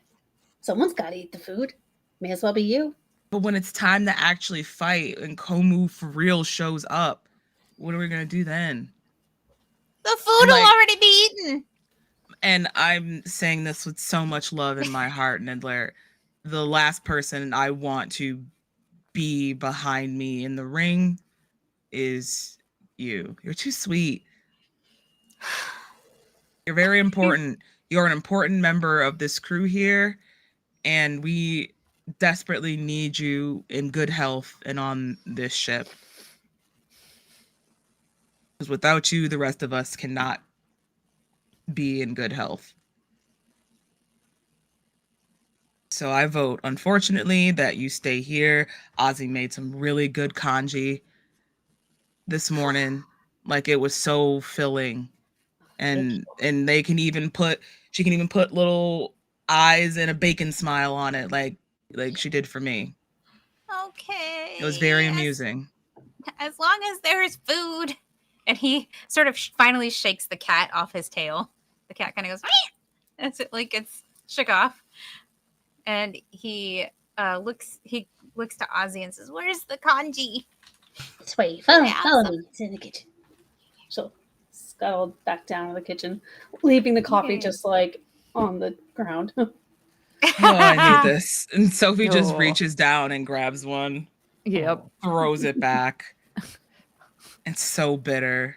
And very hot. It So very hot. occurs to you also, just as a above table note, there is a possibility that Komu could also have gone to this brunch That's as well. I did not actually think of that.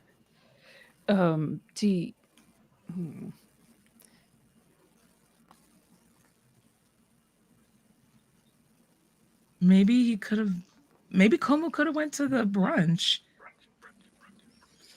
All right. I guess we're all gonna have to go to the brunch and figure out. Ari, are you actually saying like brunch? Like, do you No, actually I'm want going to out go? to Cassandra. Oh, Oh. okay. Yeah. Everything all right, Pooch? I could really do with some more food. All right. All in I think favor of just- everyone crashing the brunch, say aye. Aye. I imagine a resounding aye comes from the rest of the ship. Of Yeah. Just everyone being like, yes. no, Nibbler will please. happily go with you. Yes. All right. The only person who they would like to go, but it wouldn't be a good idea for them to go without some kind of disguise is Cassandra. No. I don't know what has been done to Blackheart. I think it's totally not until we have a full understanding of what exactly is affecting him and if we can either neutralize it or ease it or something in that regard. I think you being anywhere above deck and off of this ship is a very bad idea. That's fine. I can stay with Cassandra if you still go to brunch. No, you should go to brunch. It's better if I stay. Dova Your can stay with sister is Cassandra. also here too, Ari. Jenna is in cahoots with them. If I go there, she'll be there too. She'll see me. Right, that's what I'm saying. Maybe you do need to stay with Cassandra. Cassandra looks at you, Sophie, and says, only an heir of Octopon can find the treasures of rule. Ari must go. You're right. Right. Dova can take care of Cassandra. Okay. Dova's the cat, I assume? I was about to say, And who's like, Dova? there's like a moment where Zare wiggles his fingers down by his thigh, and as Dova walks towards Zare, there's just kind of this like shimmer, and then the shape changes, and you see a much larger cat. Similar I to Biscuit love this. from this. Mm. Yeah. Because it's the same kind of kitty that Biscuit is. It's called a Criskin cat. When did we get a Kristen? You didn't Oh. get anything. I thought I loved this cat. I love it even more now.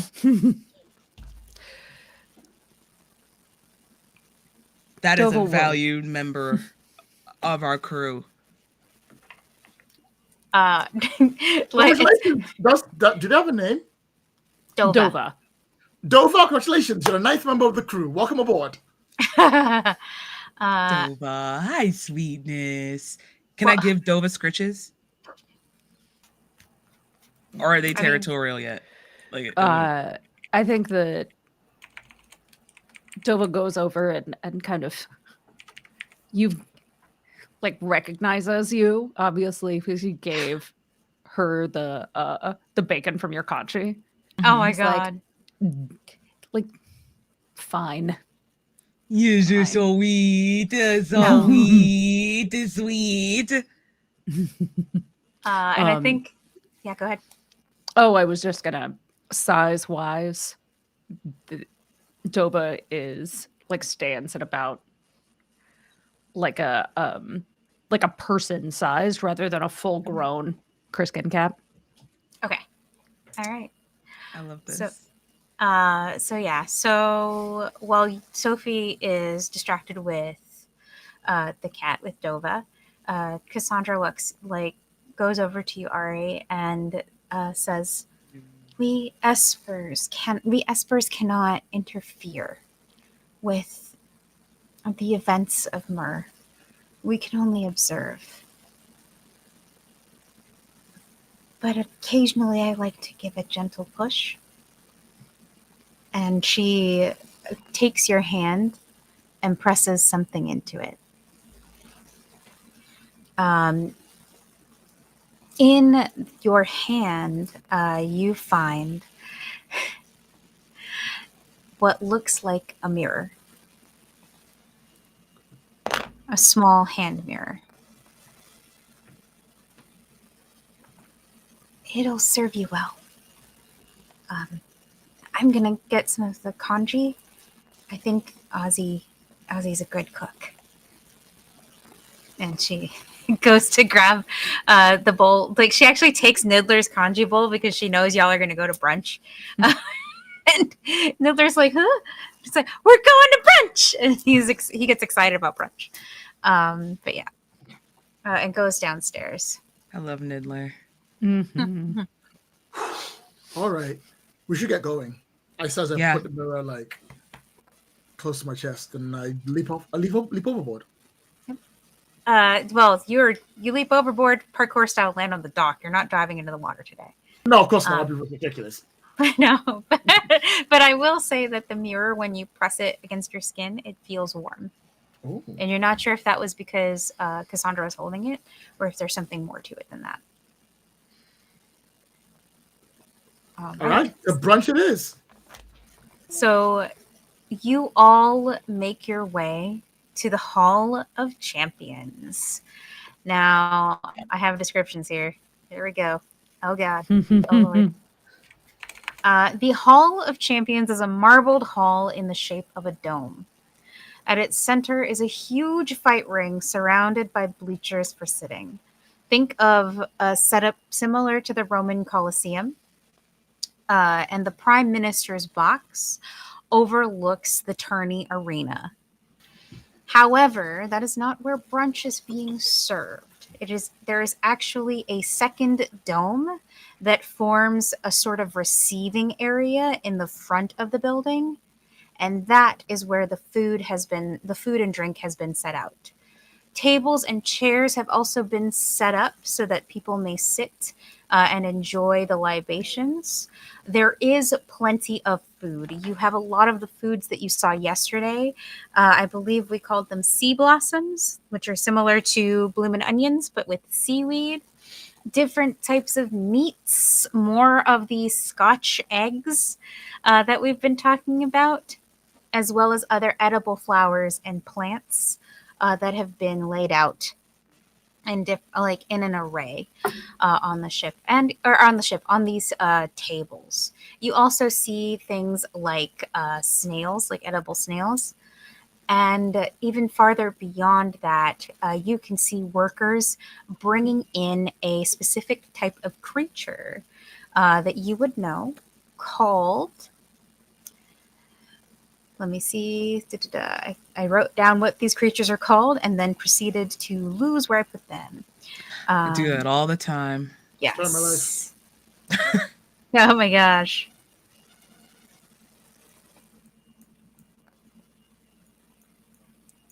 While you're looking for it, Yes. because Sam didn't get to do this last time, I'm very interested to see what Sophie's favorite thing that is being served at this brunch is.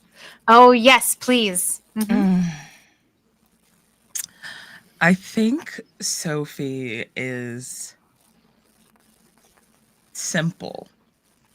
She's a pirate, first and foremost.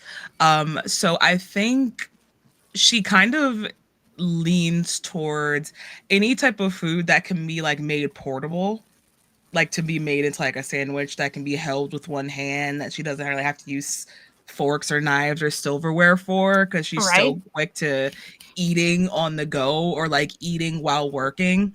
So lots of like pieces of bread with like maybe like egg and stuff like that on top, and like a little sausage link that's like wrapped into the middle and made like a little makeshift sandwich that could just be and Nice. keep going in one air. Fantastic. It's like mini street tacos. Quite literally. Everything. Yeah. Okay. Yeah. Murray and street Probably tacos. We love tacos. that. Probably tacos. Yeah. Like waffle tacos. Like a little waffle and just fold it in half and put stuff on the inside. Yeah. Nice. Okay. So, and I will say that there's also like noodles that have been made out of seaweed as well available. And I think with the waffle tacos, let's say the grains that are available here aren't necessarily wheat. It's probably something that's a little more like amaranth and perhaps a bit more fragrant. So the bread has a distinct flavor in addition to the foods that you put in it, which just adds to the eating experience. Yay. But that's only also, it's not close to lunchtime. I'm not starving. It's fine. But anyway. I'm not hungry. What are you talking about? Your stomach. That's your stomach making all those noises. Right. I don't understand. But yeah, so you guys enter into this feast and you can see that there is an elaborate chair, not quite a throne, but an elaborate chair where the prime minister is sitting with a couple of his guards. Yes. And he seems to be waiting for people to get their food and to settle before sort of getting into what the brunch is about, which is talking about the tourney fair and the treasures. You can see him whispering to one of the guards, and one of the guards leaves, likely to bring these objects for presentation once everyone has gathered their food. Vixen, Yes. I would like to use my position to get myself announced and given a proper table. If I'm going to be coming to one of these things and I'm going to be spotted, I might as well go all the way. You know what? That's so fair. I You're gonna be spotted. You that might as is well. that is Be absolutely comfortable. valid. You might as well be comfortable. Be That is very careful, energy. absolutely valid, and the smile on my face is very much because you get what you wish for, and it is going to be beautiful. So I would like you to roll to convince one of the closest guard that you need to convince. Actually, we're not going to say the closest guard because this wouldn't be a random person. Let's say that there is someone that is announcing people as they go. And here's the thing. They aren't just announcing nobility. They're announcing the different fighters. Think of this as like a wrestling match. I always think of Stone Cold Steve Austin because everyone else is problematic, apparently. Like, I mean, hell, all the wrestling leagues are problematic now. Why can't we have nice things? Anyway, so, but yeah, so you can, like, when Sophie walks in, Sophie, you're announced. So how are you announced? Sophie has no shame in her name. Stormborn is important not only to her family but to her. She was quite literally born in the midst of one of the worst Blackwater storms that her parents have ever been privy to, and where she lost one of her parents was that same day in that same storm. So Stormborn is just as much of a badge of honor as her like daggers and her hat. It is just as much of a part of her. So she just has them announce her by her name, Sophie Stormborn. Okay. Can you smell what the sophist cooking? Like, okay, so this person announces you. Actually, we're gonna say they them. This person announces you. You can see that like they're a Cree, but they are very androgynously dressed. I will say dressed slightly a little on the fabulous side. But they are, and like they pretty much like say, oh, "Are you sure? That seems all right." And they say, announcing one of our illustrious fighters, Sophie Stormborn. Can you smell what the Soph is cooking? And I feel like you can tell me if this is characteristic for Soph, but I almost feel like, would you allow that to be a creative liberty that the Herald takes for you? Yeah, sure. That Sophie was not necessarily expecting. Yeah. Okay. So it was just like, all right. And just like walks, like, but still very proudly, like head held very high, very confident in their abilities. And they just stroll in. Like, this is just a regular damn Tuesday. Yep. Because And this is exactly what they do in their off time. Quite literally. They run one of these themselves underground. So fantastic. Yeah. So you get fanfare, you walk in, you're introduced. And then Ari, you said you wanted to, so I want you to roll about this, to convince the Herald that you should also be announced. All right. Can I get an ease for actually being a daughter of Ren? Yes. I mean, you can, I'll let you ease that. This isn't gonna be difficult. I would say that it was already a 9. Your target number was a 9, and now it's a 6. All right. Goes back up to a 9 because I can't talk. Oh, that's right. So we're just at a 9. It's fine. 9's fine. I'll take a 9. 13. Hey! Ooh. So the Herald goes, oh, a Princess of Octopon. You know, we just had another one of those. What's your name? Please announce me as a higher princess if you could. Very much appreciate it. He's like, all right. No one's been named Crown Prince or Princess, though. Yes, but you play your cards right, and I remember that nice little herald who lives over in this Fortune's Rest when I do become one. He takes a deep breath and he thinks about this for a minute. Okay, I can work with this. Announcing Princess Ari of Octopon, the one, the only true princess of Octopon. And he like motions to you and says, "We'll seat you with the other princess of Octopon as well." Oh, of course. And Thank you you. are guided to Jenna's table where you will be sitting with Jenna and Brother Blackheart. Yep, perfectly where I wanted to be. As well as Koa.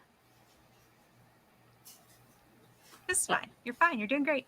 That's I mean, Ari. This couldn't have been better for me than anything else, really, to be honest. I don't know why you think it's bad. Like, I need to speak to my sister. She's right there. Okay. Yes. I have a question. Like, I have an answer. Do we see Komu like scanning before as those announcements are taking good place? question. So Good question. let's go ahead and roll about that. Actually, I would like anyone who has anyone because you're all looking for Komu. I want all of you to roll it would be an intellect roll because we're trying to perceive and apply any ease that you would like to it. The number for this is going to start at a 15. Your target number to hit is a 15 on your D20. Okay, I'm going to, if I can I use tracker? Sure. I'm very adept at it. Tracker does what? I am trained in following and identifying tracks, but I will, if I can, I was kind of thinking of it of like, even though we're like in a building, I still feel like I know Komu enough to like know his habits and things like that. Like, I think like more than tracks per se, I'm like kind of following his habits and like things that I think that he would do in places that I think he would go. If that works, you can say no. No, I think it's a good argument. Like, you would be familiar. I also think you're familiar with how Komu moves at this point too. And which is why like him physically not being present is a bit weird. He's a creature of routine. He enjoys the same thing happening every day. So for him to like have just suddenly poofed out is a bit out of character for him to begin with. Not even that, but also not doing his routines. Like, he's always going to do that. So I think that is a bit off-putting. So if I can use tracker to ease that, I would like to. Right. Okay, fantastic. So it will ease from a 15 to a 12. Okay. For you specifically, Sophie. Anyone else have things that they can do? Yes, I have perception. Ooh. All right. I heard, Ozzy first, and then we'll go to you, Ari. I have Superb Explorer. So I'm trained in searching, listening, climbing, balancing, jumping. So searching. Oh, yeah. All right, great. Now, your target number has also lowered to a 12. Okay. Ari, what did you have? I have perception, and I have curious. You're always curious about your surroundings, even on a subconscious level. Okay. And I have investigative skills. Oh, that's an enabler. So can I use my investigative skills talent as well? Yes. I will let you use one of those three things. Your investigative skills specifically would be the best suited to this task. So you now only have to hit a 12 as well. Zare? I'm going to use a point of intellect to ease this once. Do you have an edge? I have 2 edge in intellect. Okay, so you're good. Yeah. Okay, and then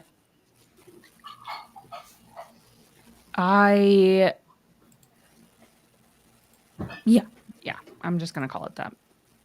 Okay, I kind of know this guy. I don't really know his guy, so the target number to hit here is 12. So let's go. I feel like Ari already rolled a 1. We're doing great. I didn't roll a 1. I rolled the opposite. I rolled a natural 20. Let's go! You get a major effect. Fantastic. All right. What did everyone else roll? So we'll resolve you in a minute.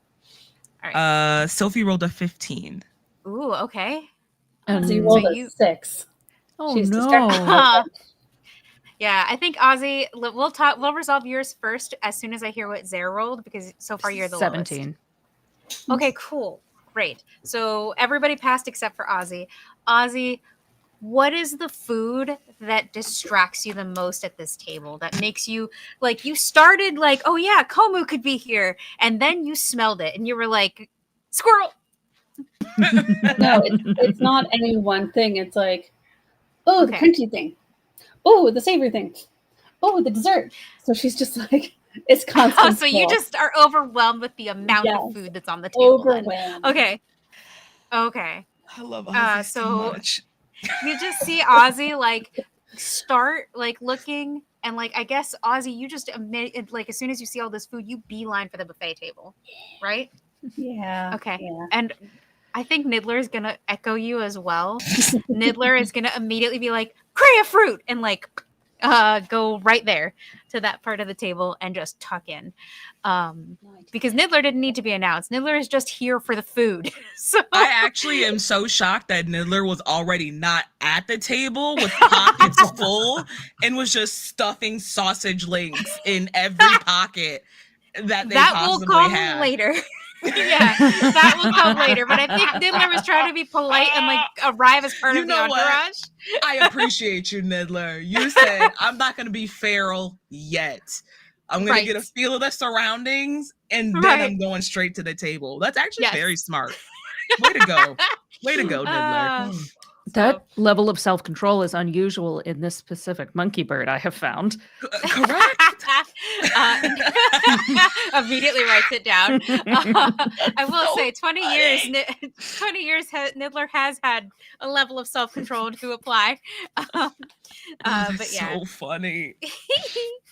But yeah, so let's see. My next highest was Sophie with a 15. Sophie, you know that Komu wouldn't necessarily be super comfortable in a room that's this crowded. Right. So the likelihood that he's in this room would only be if he thought he was going to run into you guys or meet up with you guys. But you don't see any trace of him. There is nothing at all that you see here. Zare, you had a 17. So you sort of begin to kind of, like, I guess we'll say that you kind of walk through the crowds to try to get in there and see if anyone who looks like Komu happens to be among these people. And you don't see anyone, but I will say that you see the guard the Prime Minister sent off come rushing back to the Prime Minister in a very, this is an emergency kind of way that would be missed by everyone else because of the events happening around, and urgently whisper into the Prime Minister's ear. And you can see the look of shock on the Prime Minister's face. Ari, you have a natural 20. You had a major effect. So, the one thing you see, you don't see Komu anywhere. That's number one. You are looking around. You are used to social gatherings. Your parents would bring you. They would introduce you. They would tell you how to make, at least try to educate you in how to make diplomatic connections. Despite the fact that diplomacy is not necessarily the thing that you are the best at. They did make the effort to teach you. But one of the things that you were taught is observation, learning about someone before ever talking to them. Because the way that someone dresses, the way that someone conducts themselves is often indicative of where they're from and what their beliefs are. And you can use that information to create a polite conversation. Has that worked for you? Not always, but it's something that you picked up. And in doing that, not only you sort of catch what's going on with the Prime Minister, but beyond the Prime Minister, like even further out, your major effect is that you see a shadow running away.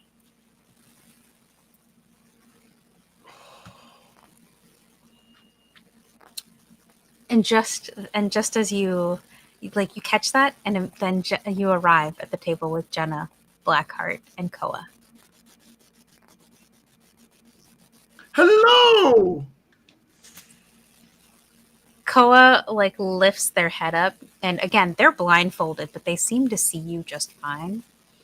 and they smile with a mouth that is full of teeth that seem to be slightly pointed. And they said, well, another princess of Octopon. Ah, you must be the dark disciple everyone's been talking about. Oh my God. Oh my God.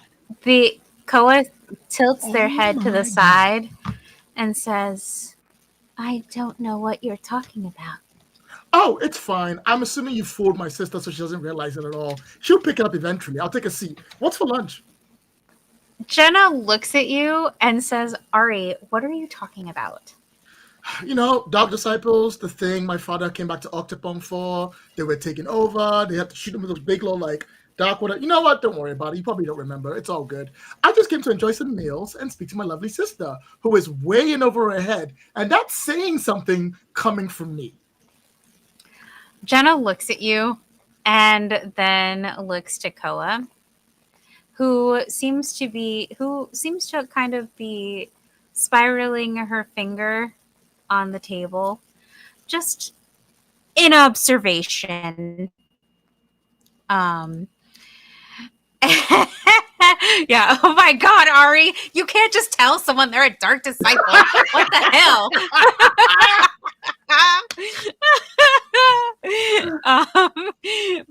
Yeah. So Jenna looks at you. Koa seems to be disinterested. Like, this conversation doesn't seem to bother or phase her at all.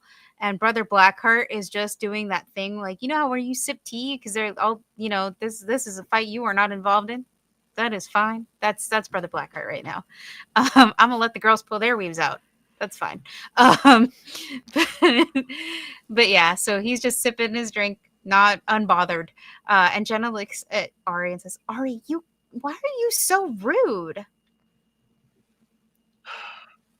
Look, Jenna, I get it. You really want to be queen. I absolutely understand. I have no qualms with this. I have no problem. And one of the best ways to do is to prove to dad and mom that you can get all the treasures of rule. And as someone who literally recruits people within the first 5 minutes of meeting them, I also understand just pulling up a wonderfully big crew. But have you thought about the people you're bringing along? Like, Blackheart, hi Blackheart, you must be Blackheart, nice to meet you. Blackheart's a problem already, but this person, this is going to get you killed. Now, I don't expect you to believe me or listen to me or talk to me. I just need to tell you this now. So in about 4 to 5 days, when I'm doing the I told you so dance, it feels that much more painful. Jenna sort of holds herself up straighter and says, I don't understand. You've already announced yourself as the one true Princess of Octopon. Yes. Why does what I do even matter to you? You know I can't lie. Not very good at it.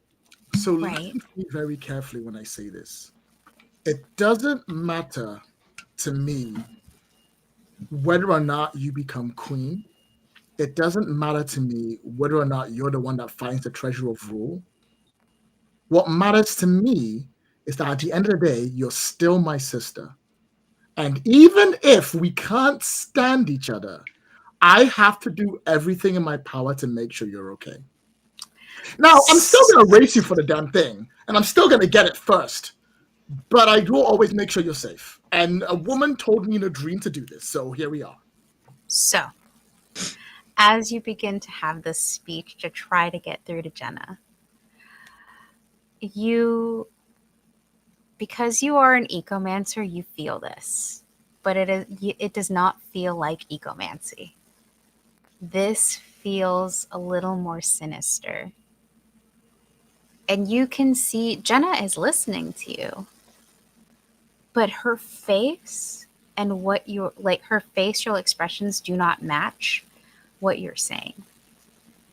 So I want you to tell me what you just said again, but say it as though it is all advantageous to you, and it's you that wants to be Queen of Octopon, and basically crap all over Jenna's plans. Okay. because that is what she heard. You might not believe this, but the truth is, Father has never loved you more than me. And even if you do your best to get to that point, he will never make you a queen when I still exist in this world. And it doesn't matter how much I mess up, ruin everything we have, or absolutely disappoint him, I will always be better than you when it comes to that.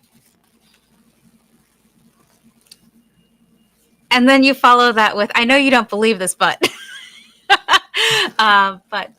and her face goes from listening to, you see her get angry, very angry. And she stands up with her drink and pours it over your head and says, "Screw you, Ari." And she's like, I am going to be Queen of Octopon, and I will prove myself to Father. Just you wait. She storms away from the table. And like, as she storms away, she says, "We should get going. Grab what you want and let's get ready for this tournament. It's only a few hours away." Brother Blackheart like slams his drink down and looks at you, Ari, and says, "I appreciate your effort, but looks like she's gonna be mine just a bit longer." And he gives you a grin and stands up, leaving just you and Koa. And Koa seems to tilt their head, looking at you with the faintest bit of a smile.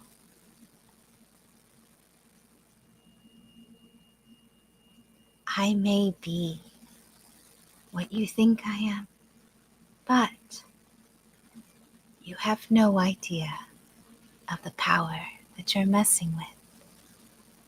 And she slowly stands up, and you can feel for the first time the energy that comes with the Dark Dweller. And you as an ecomancer are actually more sensitive to it than most people. When I tell you repulsion is an understatement, the way that you want to get away from this person is palpable. I'll fall backwards in my chair. And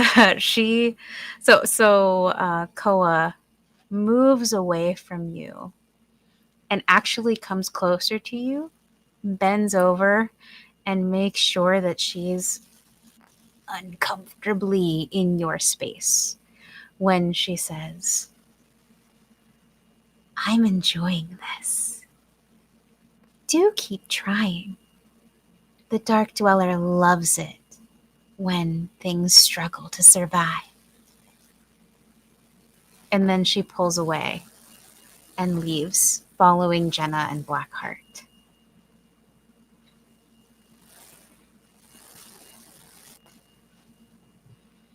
And you, sitting backwards in your chair, kind of, it's fine.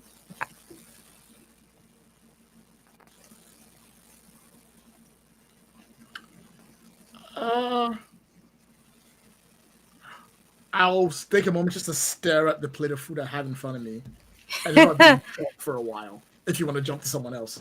Okay, so you're traumatized. Ari needs a hot minute because, my God, I told you, careful what you wish for, and you kind of looked evil itself in the face. This is fine. We're fine. You're doing great.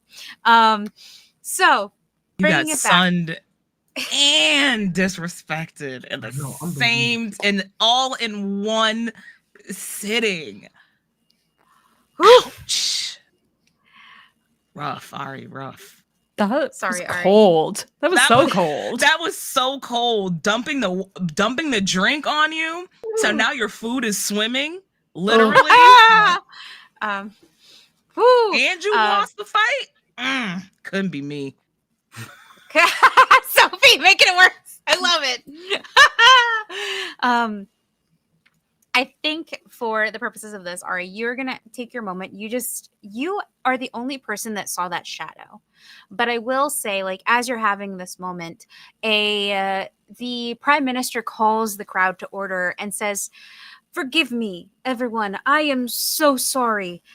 It appears that someone has made off with the chest of winnings and the treasure."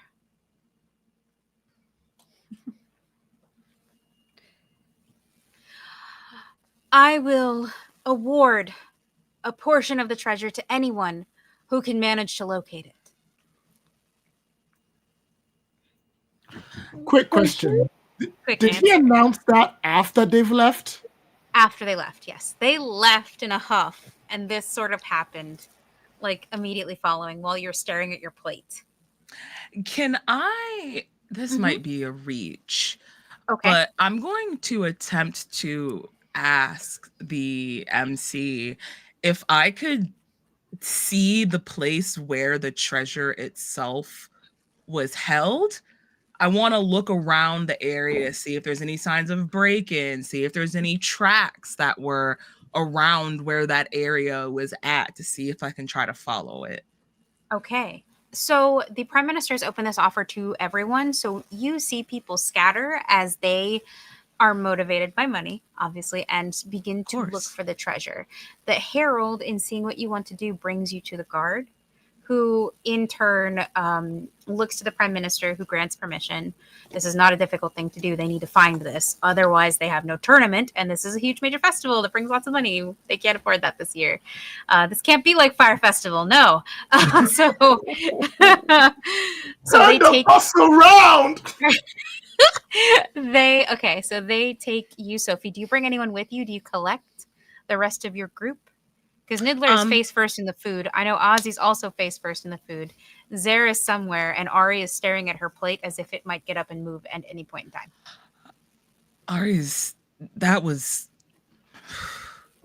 That lashing needs an ice packet, so I'm gonna let Ari chill, quite literally, for a second. But I will extend the offer to Zare if they want to come with them. Okay. Wait. Zare watched, like, those bastards, and wonders, like, Blackheart isn't sneaky enough to have done this. Someone else's. You think it might have been the Dark Disciple? Or, like, possibly, with the help of the Dark Disciple, maybe.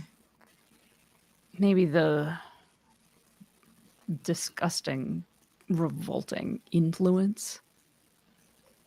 There are a lot of stories about what they could do. I've heard a few, and the ones that I have heard have been the type of tales to keep children up at night. Yes. Okay.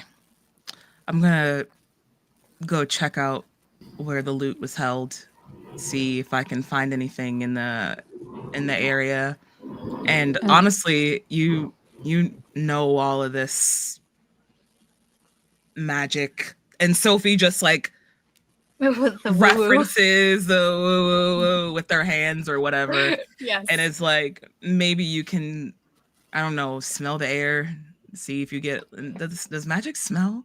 Is there like a smell to it or something? Only if you're doing it wrong. But I'll come with you. I also have some experience tracking things down. Well, we'll put both of our experience together and we'll be experts. Let's go. Yeah. Okay. So both of you are going to go looking for the treasures. You're brought to the treasure, to where the treasure room is being held. And what you see is they bring you to the space where the chest was. And next to it is a pedestal. and on that pedestal would have sat whatever the treasure was that the Prime Minister had come into possession of. But both of these things are empty. And they, as you walk in, the door was already open. But yeah, we are going to roll about this to see what you can see. So difficulty roll on this is a level 4. It is only a 12. But the higher you roll, the more stuff you're going to find. So do you have anything to ease this number? Can I attempt to use tracker again? You can. This time you're Okay. actually like looking. I'll allow it. So it'll ease it to, we're going to say a 9. Yeah, because it's 1 down. Yeah. And to make it any better or easier for you, I'll tell you exactly what Sophie is doing. Sophie is deliberately like not walking in the same area that is like around the stool of where everything was set at, but they're like on the ground, like looking around where it was at, trying to see footsteps. They're walking around. Is there windows or anything like that in the room, or is it There's just like no completely windows in this cellar? room. It's a vault. Like it's meant to be a vault. So Sophie will walk along the course of the wall and like tap in certain places as they walk around to see if there's like a trap door or if there's like any type of masked way that someone could get into this building or out physically. I don't know much about magic, but I look in all the possible ways of what non-magical people have access to. Okay. So you are looking at all of that. Zare, do you have anything that will ease this number for you? I also have tracking. So I think I'm looking like it was a heavy chest. Okay. So I'm going to look for either signs that it was like, because footprints would have been deeper as someone was carting it out, or there would be drag marks, or there would be like magical residue left. There's some kind of sign of which way this went. Okay. And that's what I'm looking for. So I'm going to allow that to ease. You are both trying to hit a 9 or better. So. Oh boy, that smile. Here we go. Going to let Pooja roll and then we'll find out what you guys are doing. Yeah, 100%. Oh, nice. I got a 20. Woo! Major effect. Did you also get a 20? This little monkey guy. Yes! Ah, I'm so excited. Major effects. I love major effects. I get to do shit with major effects. Yes! Major effects and ones We are make the me dream so happy. team. Unstoppable when we are put together, Pooja. Unstoppable. So you two are like... I've never rolled 2 nat 20s in a game in my life ever before. Yeah, I don't know what's happening, but these dice are they're going to screw me so bad later tonight. It's so bad. They're rolling so good right now. Oh, I'm gonna have to put them out in the sun. Okay. I feel like it's the Saturday morning cartoon show vibes where you guys just, you do the thing sometimes badly, but you do it. But like, so, okay. So both of you get to work. You double team this and you're very thorough. You're also the first people to have access to the crime scene, if you will. And as you move through this, Sophie, you find evidence of the lock being picked. But what's weird about this kind of picking is that it seems like, yes, it was picked, but the gears were cut apart by something very sharp. Like the little lock gears. That's the first thing you notice. The next thing you notice are sort of footprints in the dust. Something like humanoid was in this room, and managed to take both the chest and the treasure. Zare, you feel the faint traces of magic, not the repulsive vibrations of like of magic that's associated with the Dark Dweller, but the clear and potent magic of a different nature. similar to what you may have felt when when the chalice was produced for Ari, when you tried to take over the ship.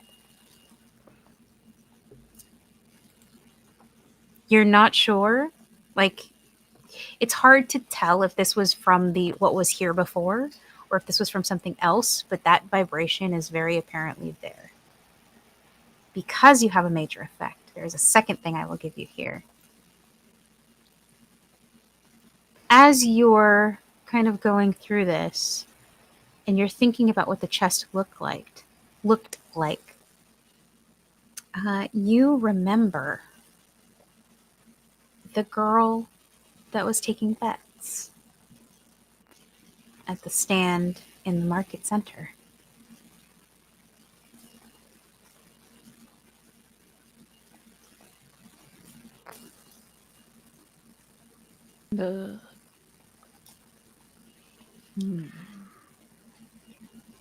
That girl who was accepting bets yesterday.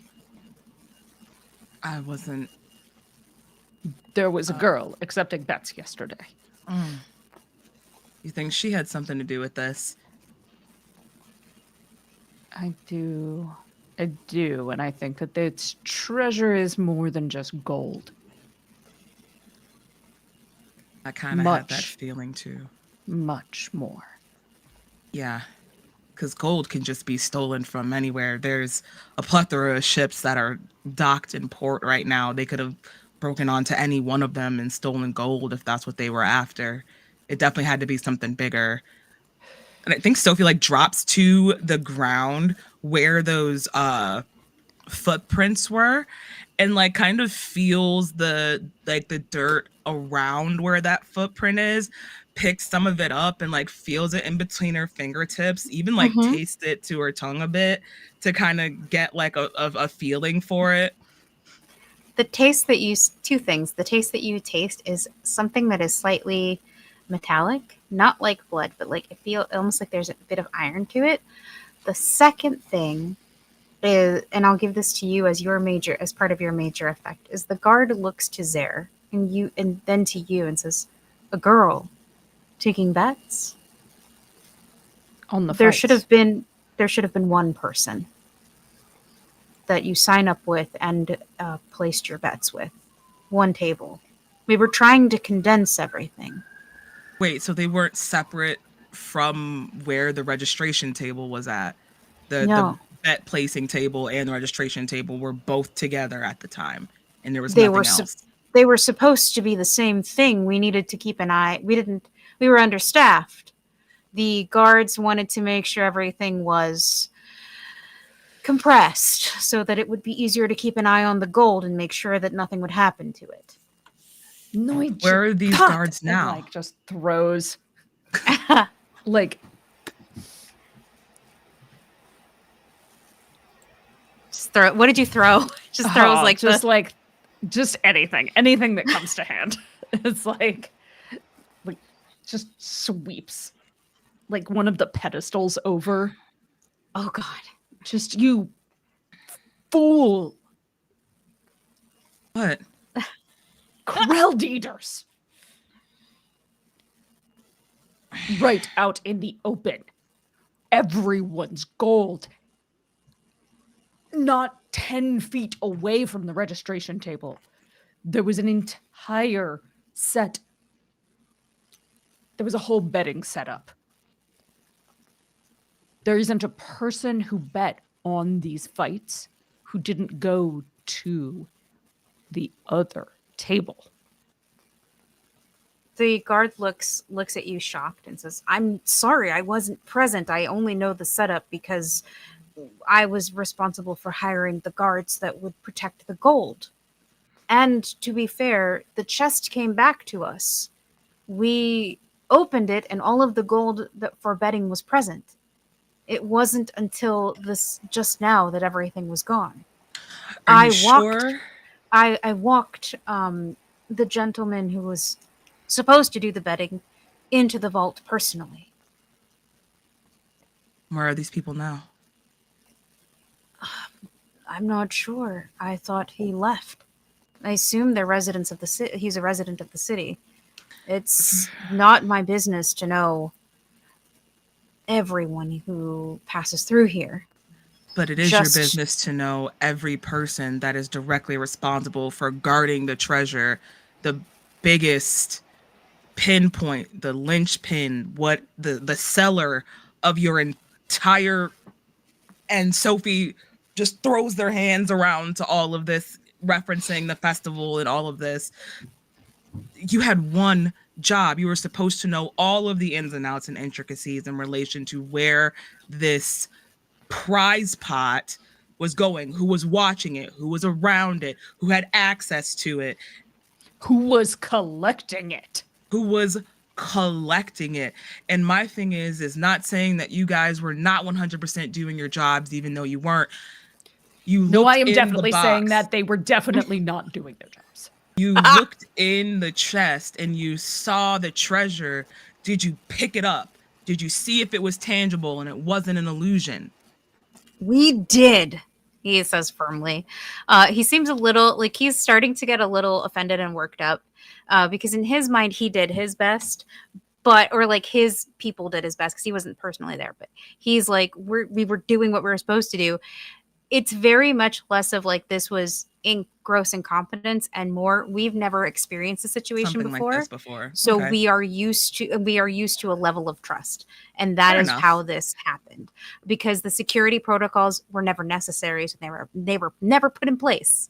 This is the first time something of this nature has happened. So after this, I'm sure everything is changing, but like now, for now, this is the first time, and okay.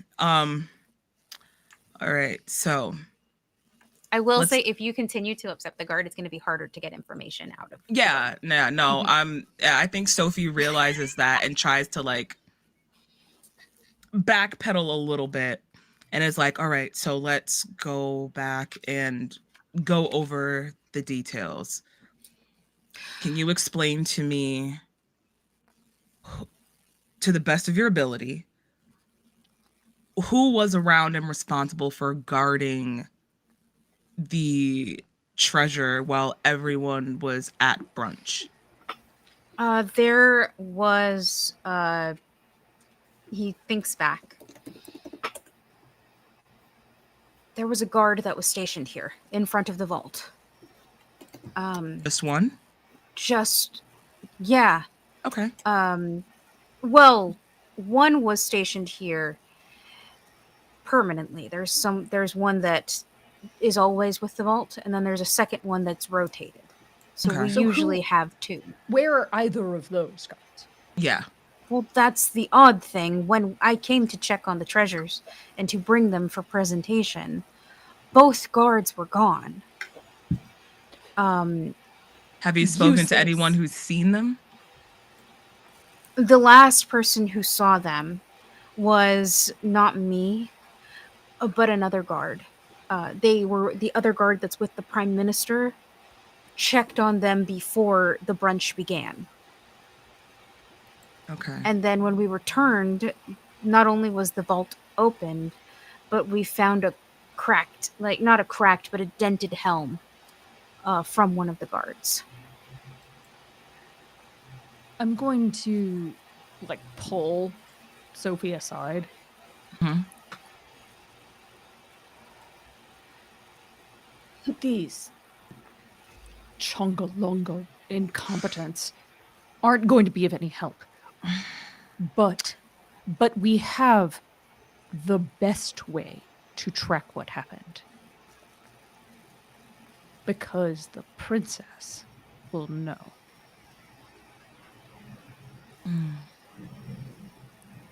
Yeah. Because here was something much more valuable than gold. Like staring like intensely into your eyes so that you get this. Exactly what and Sophie at first is like nodding in agreement, but like as your stare intensifies, Sophie's like, like they're picking up more of what you're doing with the more intent that you're putting forth till the point where she's like vigorously nodding her head with you, like, yes, holy oh, grilled eaters. Okay, so yeah, we're definitely gonna need Ari for this, for sure. So do you go back to get Ari? Yeah. You And find her. I'll split off. While you actually- go to get Ari, I'm gonna split off to grab Ozzy. Okay. Okay. Actually, you might not find us both. Okay. So let's zoom out from as you guys split off to go find your respective peoples. Because Ari, we did do something with you. I want to zoom into Ozzy here. Ozzy, what are you up to right now? Because we left you eating with Niddler, so We are dining and reminiscing of old times. okay. We would have existed in ye old original season of Back in the day, yes. Pirate But Stuff. so they're talking about 20 years ago. Yes, think telling that- stories of Bloth and sailing and adventuring. I think that Niddler will look to you and say, "You don't see the resemblance?" As he's like chewing on food. Of what? That guy. What guy? I forgot how. Remind me how old Zara is, please. Just before I make a reference, and there it's like it's not correct. I would say like 20, 22, Okay. something like that. The young man. Which young men were surrounded by young men? The young man that has joined the crew with the gold eyes. Ah, yes, the handsome one. Doesn't he There. remind you of Bloth? Huh. I know Bloth quite well. Does there actually resemble Bloth? There is a resemblance. You know, come to think of it, I see it in the lips, you know. It does not have blue lips. I don't have the side by side comparison. Okay, So- gotcha. No, I'm just pointing out that Zare does not have blue lips.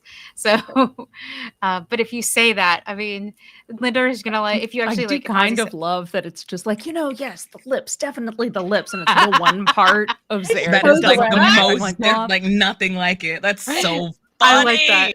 Okay, Totally so unintentional. I think Niddler is gonna tilt his head to the side and say, "Yeah, it's the lips." Yeah, it's the lips. Anyway, Anyway. do you think he means harm, or you think that he's fine? She's thinking, I'm not really sure. I mean, he seems all right. He hasn't hurt us yet. That's true. He does It's eat our true. food, though. Oh, good point. And he might want to share the treasure. And I think Niddler turns his head and says, "Oh, Ari, are you still seated at the table at this point? Or is this like, I you gone? am for a very short moment, but I will be moving soon. okay."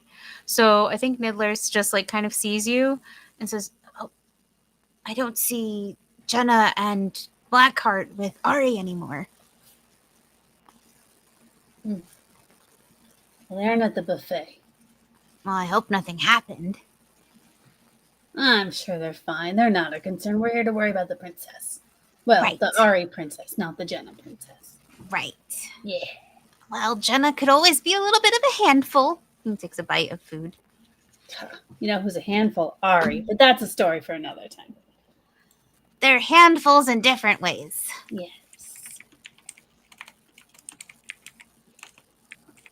So, and I think as you both are eating, Ozzy, I'm going to ask you to roll me intellect. Okay. Just straight up intellect. Just straight up, I want to see if you can perceive something. Okay. And I will Well, I rolled allow. a 5, so I don't think it's gonna matter. Well, hold on. Before you roll, we want to ease, so I'm gonna let you re-roll that because you rolled before we eased and set a target Sure. number. So the first thing is because you have Niddler with you, I'm going to count that as help, and Okay. this target number is a 12. So with his help, it's going to be a 9. Okay. Now, Sure, I'll roll it one more time. So yeah, Okay. I don't think it makes sense. Okay, well, that one was an 18, so there you go. sure. Sometimes that reroll counts. But yeah, so with an 18, you, in classic Aussie fashion, you are looking around the room. Like, do your eyes wander? How does Aussie, like, as you're eating, I guess is my question. Yeah, I think her eyes would wander. She's curious about everything. As you look up at the vaulted ceilings of this place, you see what looks like a bird. Not a kitty, Sorry, I saw but a kitty. bird. I also got Hi, distracted. I was like, kitty. kitty, hi, baby, so cute. My kitties are But all yes, you see a bird. And Mhm. this bird it's a very specific kind of bird. It is called a hawk. Hold on. A hawk knife. hawk knife.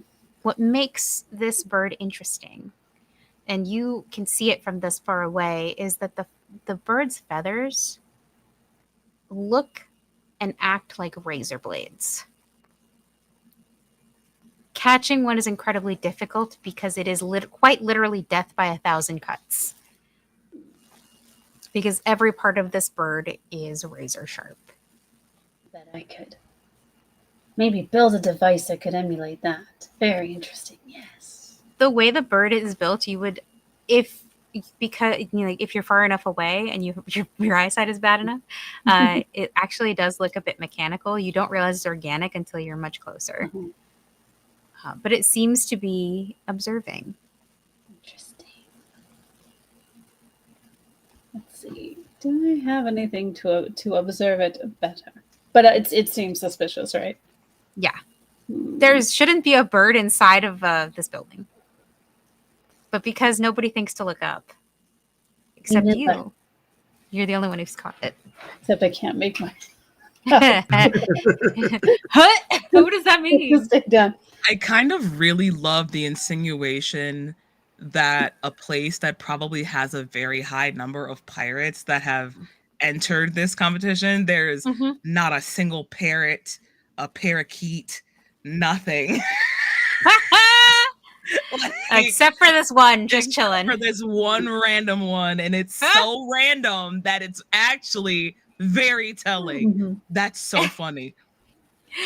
There are other animals you can have, but most of them go into weapons and have to be let out to power the weapon so they don't die. But yeah. So, and I will say the creature I was looking for earlier, I forgot to mention this. They're called dreams, and they're actually they were being moved because they're used for healing. They can actually heal fighters, so it's a great quick first aid. And they were being moved into the fighting arena. That's what you saw earlier. But yes. So, Ozzy, you see this bird. And as your eyes linger on it, it does fly away. And it flies away, but the way you see it go, it kind of does one of these, does a little C curve and flies close to the ceiling. Almost as if it's very subtle. It's not keen on being spotted, shall we say. I'm just going to stare at it and track it. Say, Niddler, look, a flying friend. Oh, yeah. Should I chase it? Yeah. So Niddler begins making a ruckus as he flaps his wings and flies up to try and follow the bird. God, why do we leave these two alone?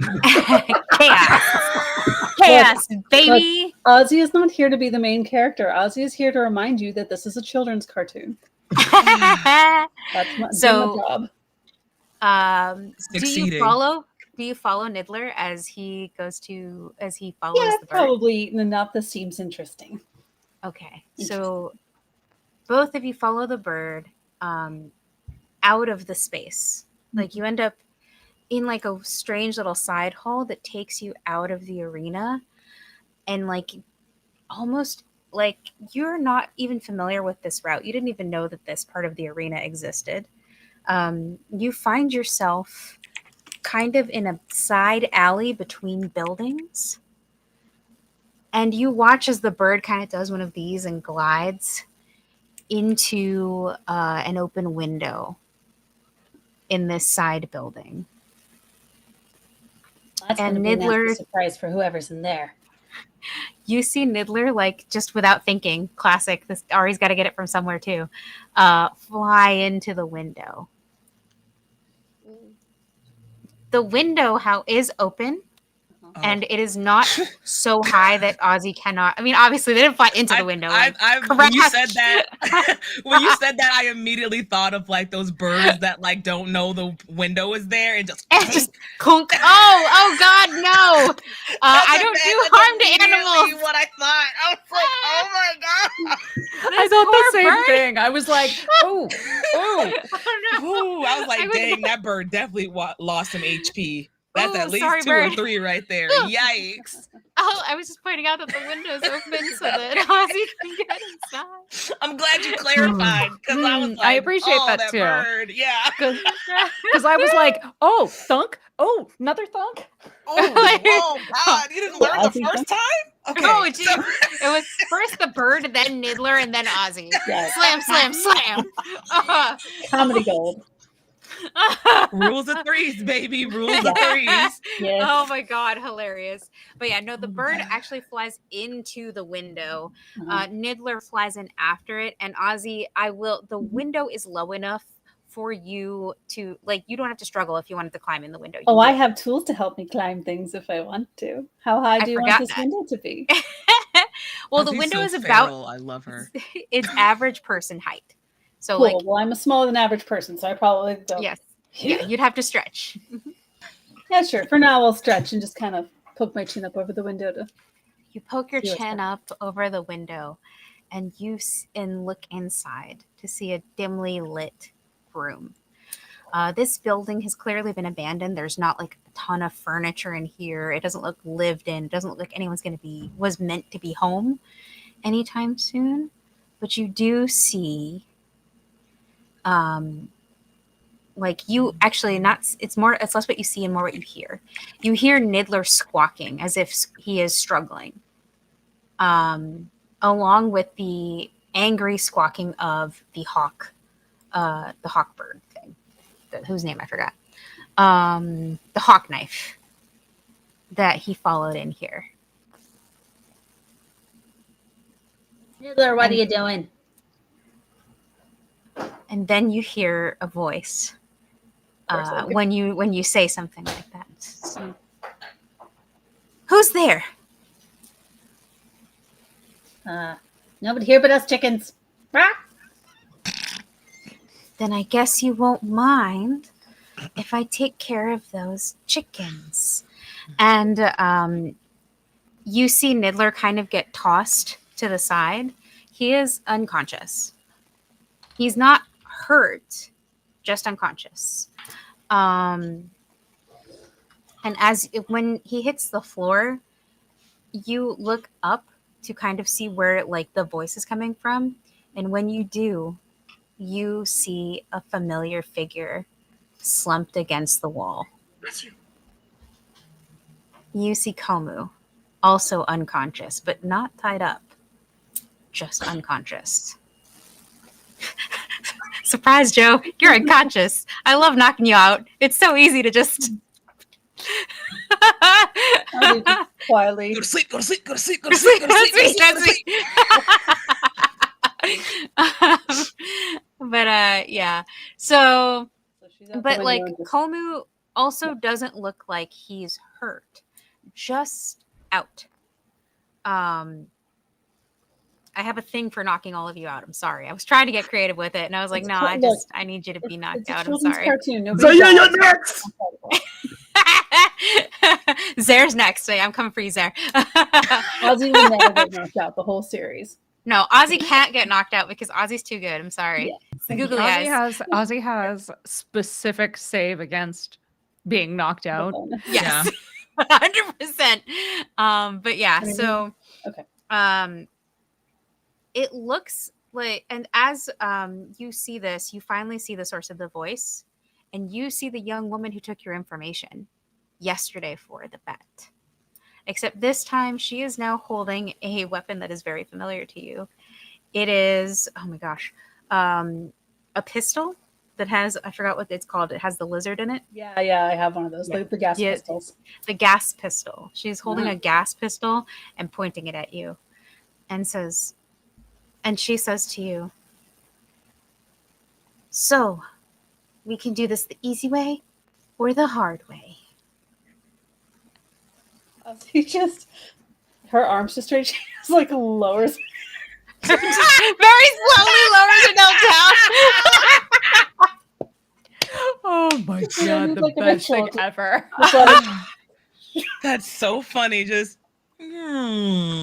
Nope. Actually, what if I said no? No. What if I said abort mission right now? What if I just left? I actually, yeah.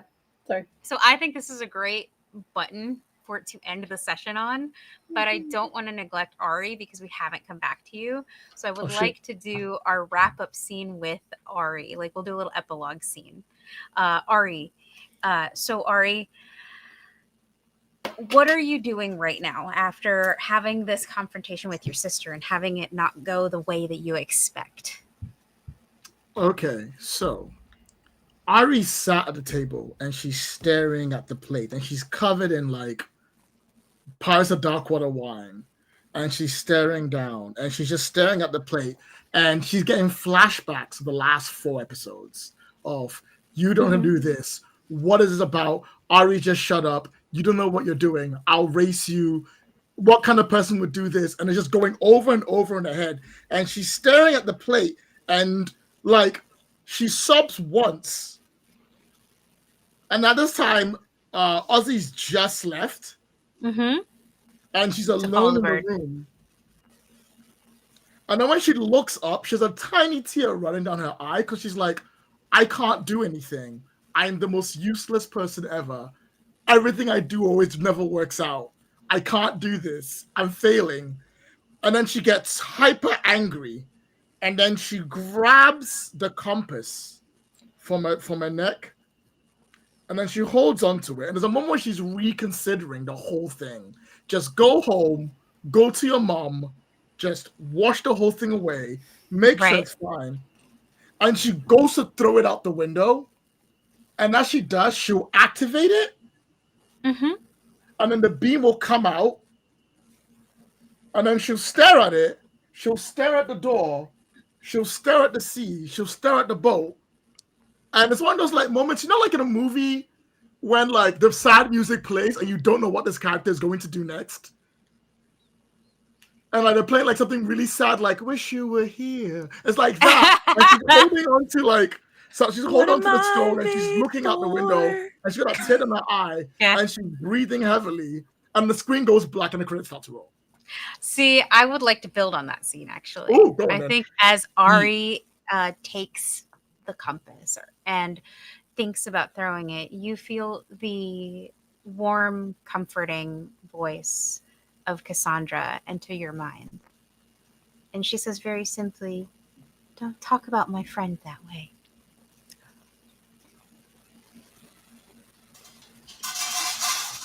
And right when she says that, the compass lights up and points back in the direction of the market square. And what's interesting here is that the light begins to spiral and divide in two. And you watch it kind of twist together as it moves, as it points back into the city. It divides into two. So it doesn't divide in two directions. What you see is it sort of splits vertically and then sort of twists itself together. Like a braided like a cord. braid? Yeah, like a braid. Oh, that's sick. Mm-hmm. Ari's face gonna have a wonder look. And then instead of her crying and the credits rolling, she's gonna jump out the window. Fantastic. Lloyd. So you What? She's having an emotional breakdown, okay? This is my You know bet what? on it moment. You're fair. This is my bet on it You're moment, valid. okay? That's totally Yes. valid. You're so, you know what? You got it. like It's like she jumps out the window, parkour. It's parkour time. So we have left. Ari has leaped out a window. Ozzy is ducking under a window, going, "Oh no!" And then Zare and Sophie are. You are busy playing detectives. You are tracking stuff. But yeah, I think that is where we are going to end our session of Pirates of Dark Water. Thank you so much for joining us. Let me find my handy dandy script so I know what to tell you guys. Oh, God. Once again, still waiting for that caffeine to kick in. Anyway, thank you for joining us for today's episode of Pirates of Dark Water. I want to thank our wonderful chat mods for their hard work. And as always, thank you to our amazing Patreons who keep us ad-free and independent. As always, I am but the game master. I just lay the bones of the story out and watch the players flesh it together. And the players are this wonderful group of storytellers that I'm surrounded by. That said, I'm going to throw the ball over to all of you to tell us about yourselves and where we can find your fabulous faces, except for Joe, who's not here. Miss you, Joe. Sorry I had to knock you unconscious. Miss you, Joe. Anyway. Moving right along, I'm going to throw it. Let's go in reverse order this time with the fabulous and wonderful Lloyd. Hi, everyone. I exist as a human being. Thank you for watching, and I'll see you all next time. And there is nowhere where you can find Lloyd. Lloyd is one of a kind. Anyway, You're so real moving for that, Lloyd. Yes, moving from Lloyd, we're going to go over from Lloyd to Red versus Blue, over to Pooja, our wonderful, lovely person in red. Tell us about yourself and where we can find you. Hi, I'm Pooja. I don't use pronouns. You can find me on the internet as Forgotten Saves. If you want to hear me play more TTRPGs, tune in to Happy Jacks tomorrow, where I will be playing the astonishing martial sorcerer tiefling as they para, your friendly neighborhood Thembo. And love a Thembo. Love Me a too. Thembo. Thembo for the win. I adore my perfect little head empty all feels. Yes. Best kind. As we embark into our mission in Avernus. It's nothing like going to hell. It's great. Anyway. Where can people find you, Pooja? So yes, you can find me on the internet as Forgotten Saves, or tune in tomorrow at 5 p.m. Pacific, or whatever that ends up being in your time zone. Woo! And from Pooja, we're gonna hop on over to Sam as I continue to wait for my caffeine to kick in. But yeah. Well, hopefully by the time I'm done, it'll have finally kicked in. Hello, everyone. I'm Sam Star, use she, they, and the occasional they pronouns.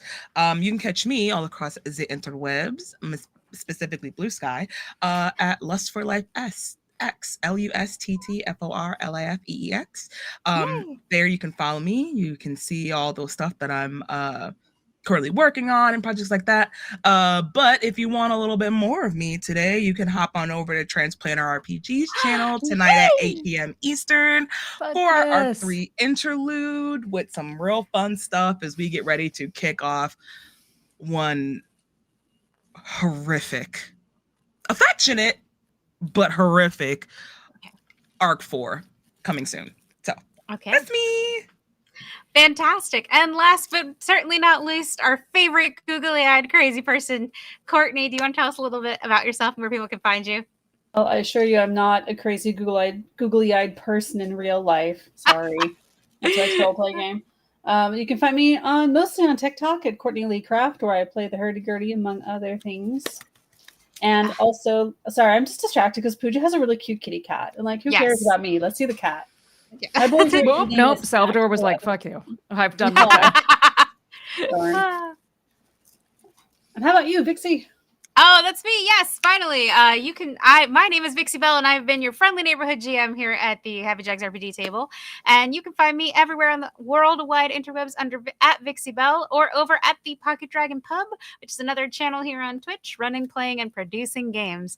Right now, we're doing our Roll for Wishes charity run, so we have a game every night this month on from various channels, various creators. The Pocket Dragon Pub is one of them. Check our socials for the schedule on that. And because I am a glutton for punishment, you will see me back here on the Happy Jacks Network later tonight, because I believe I signed up for the advice show tonight. And Kimmy hasn't told me not to come. So here we go.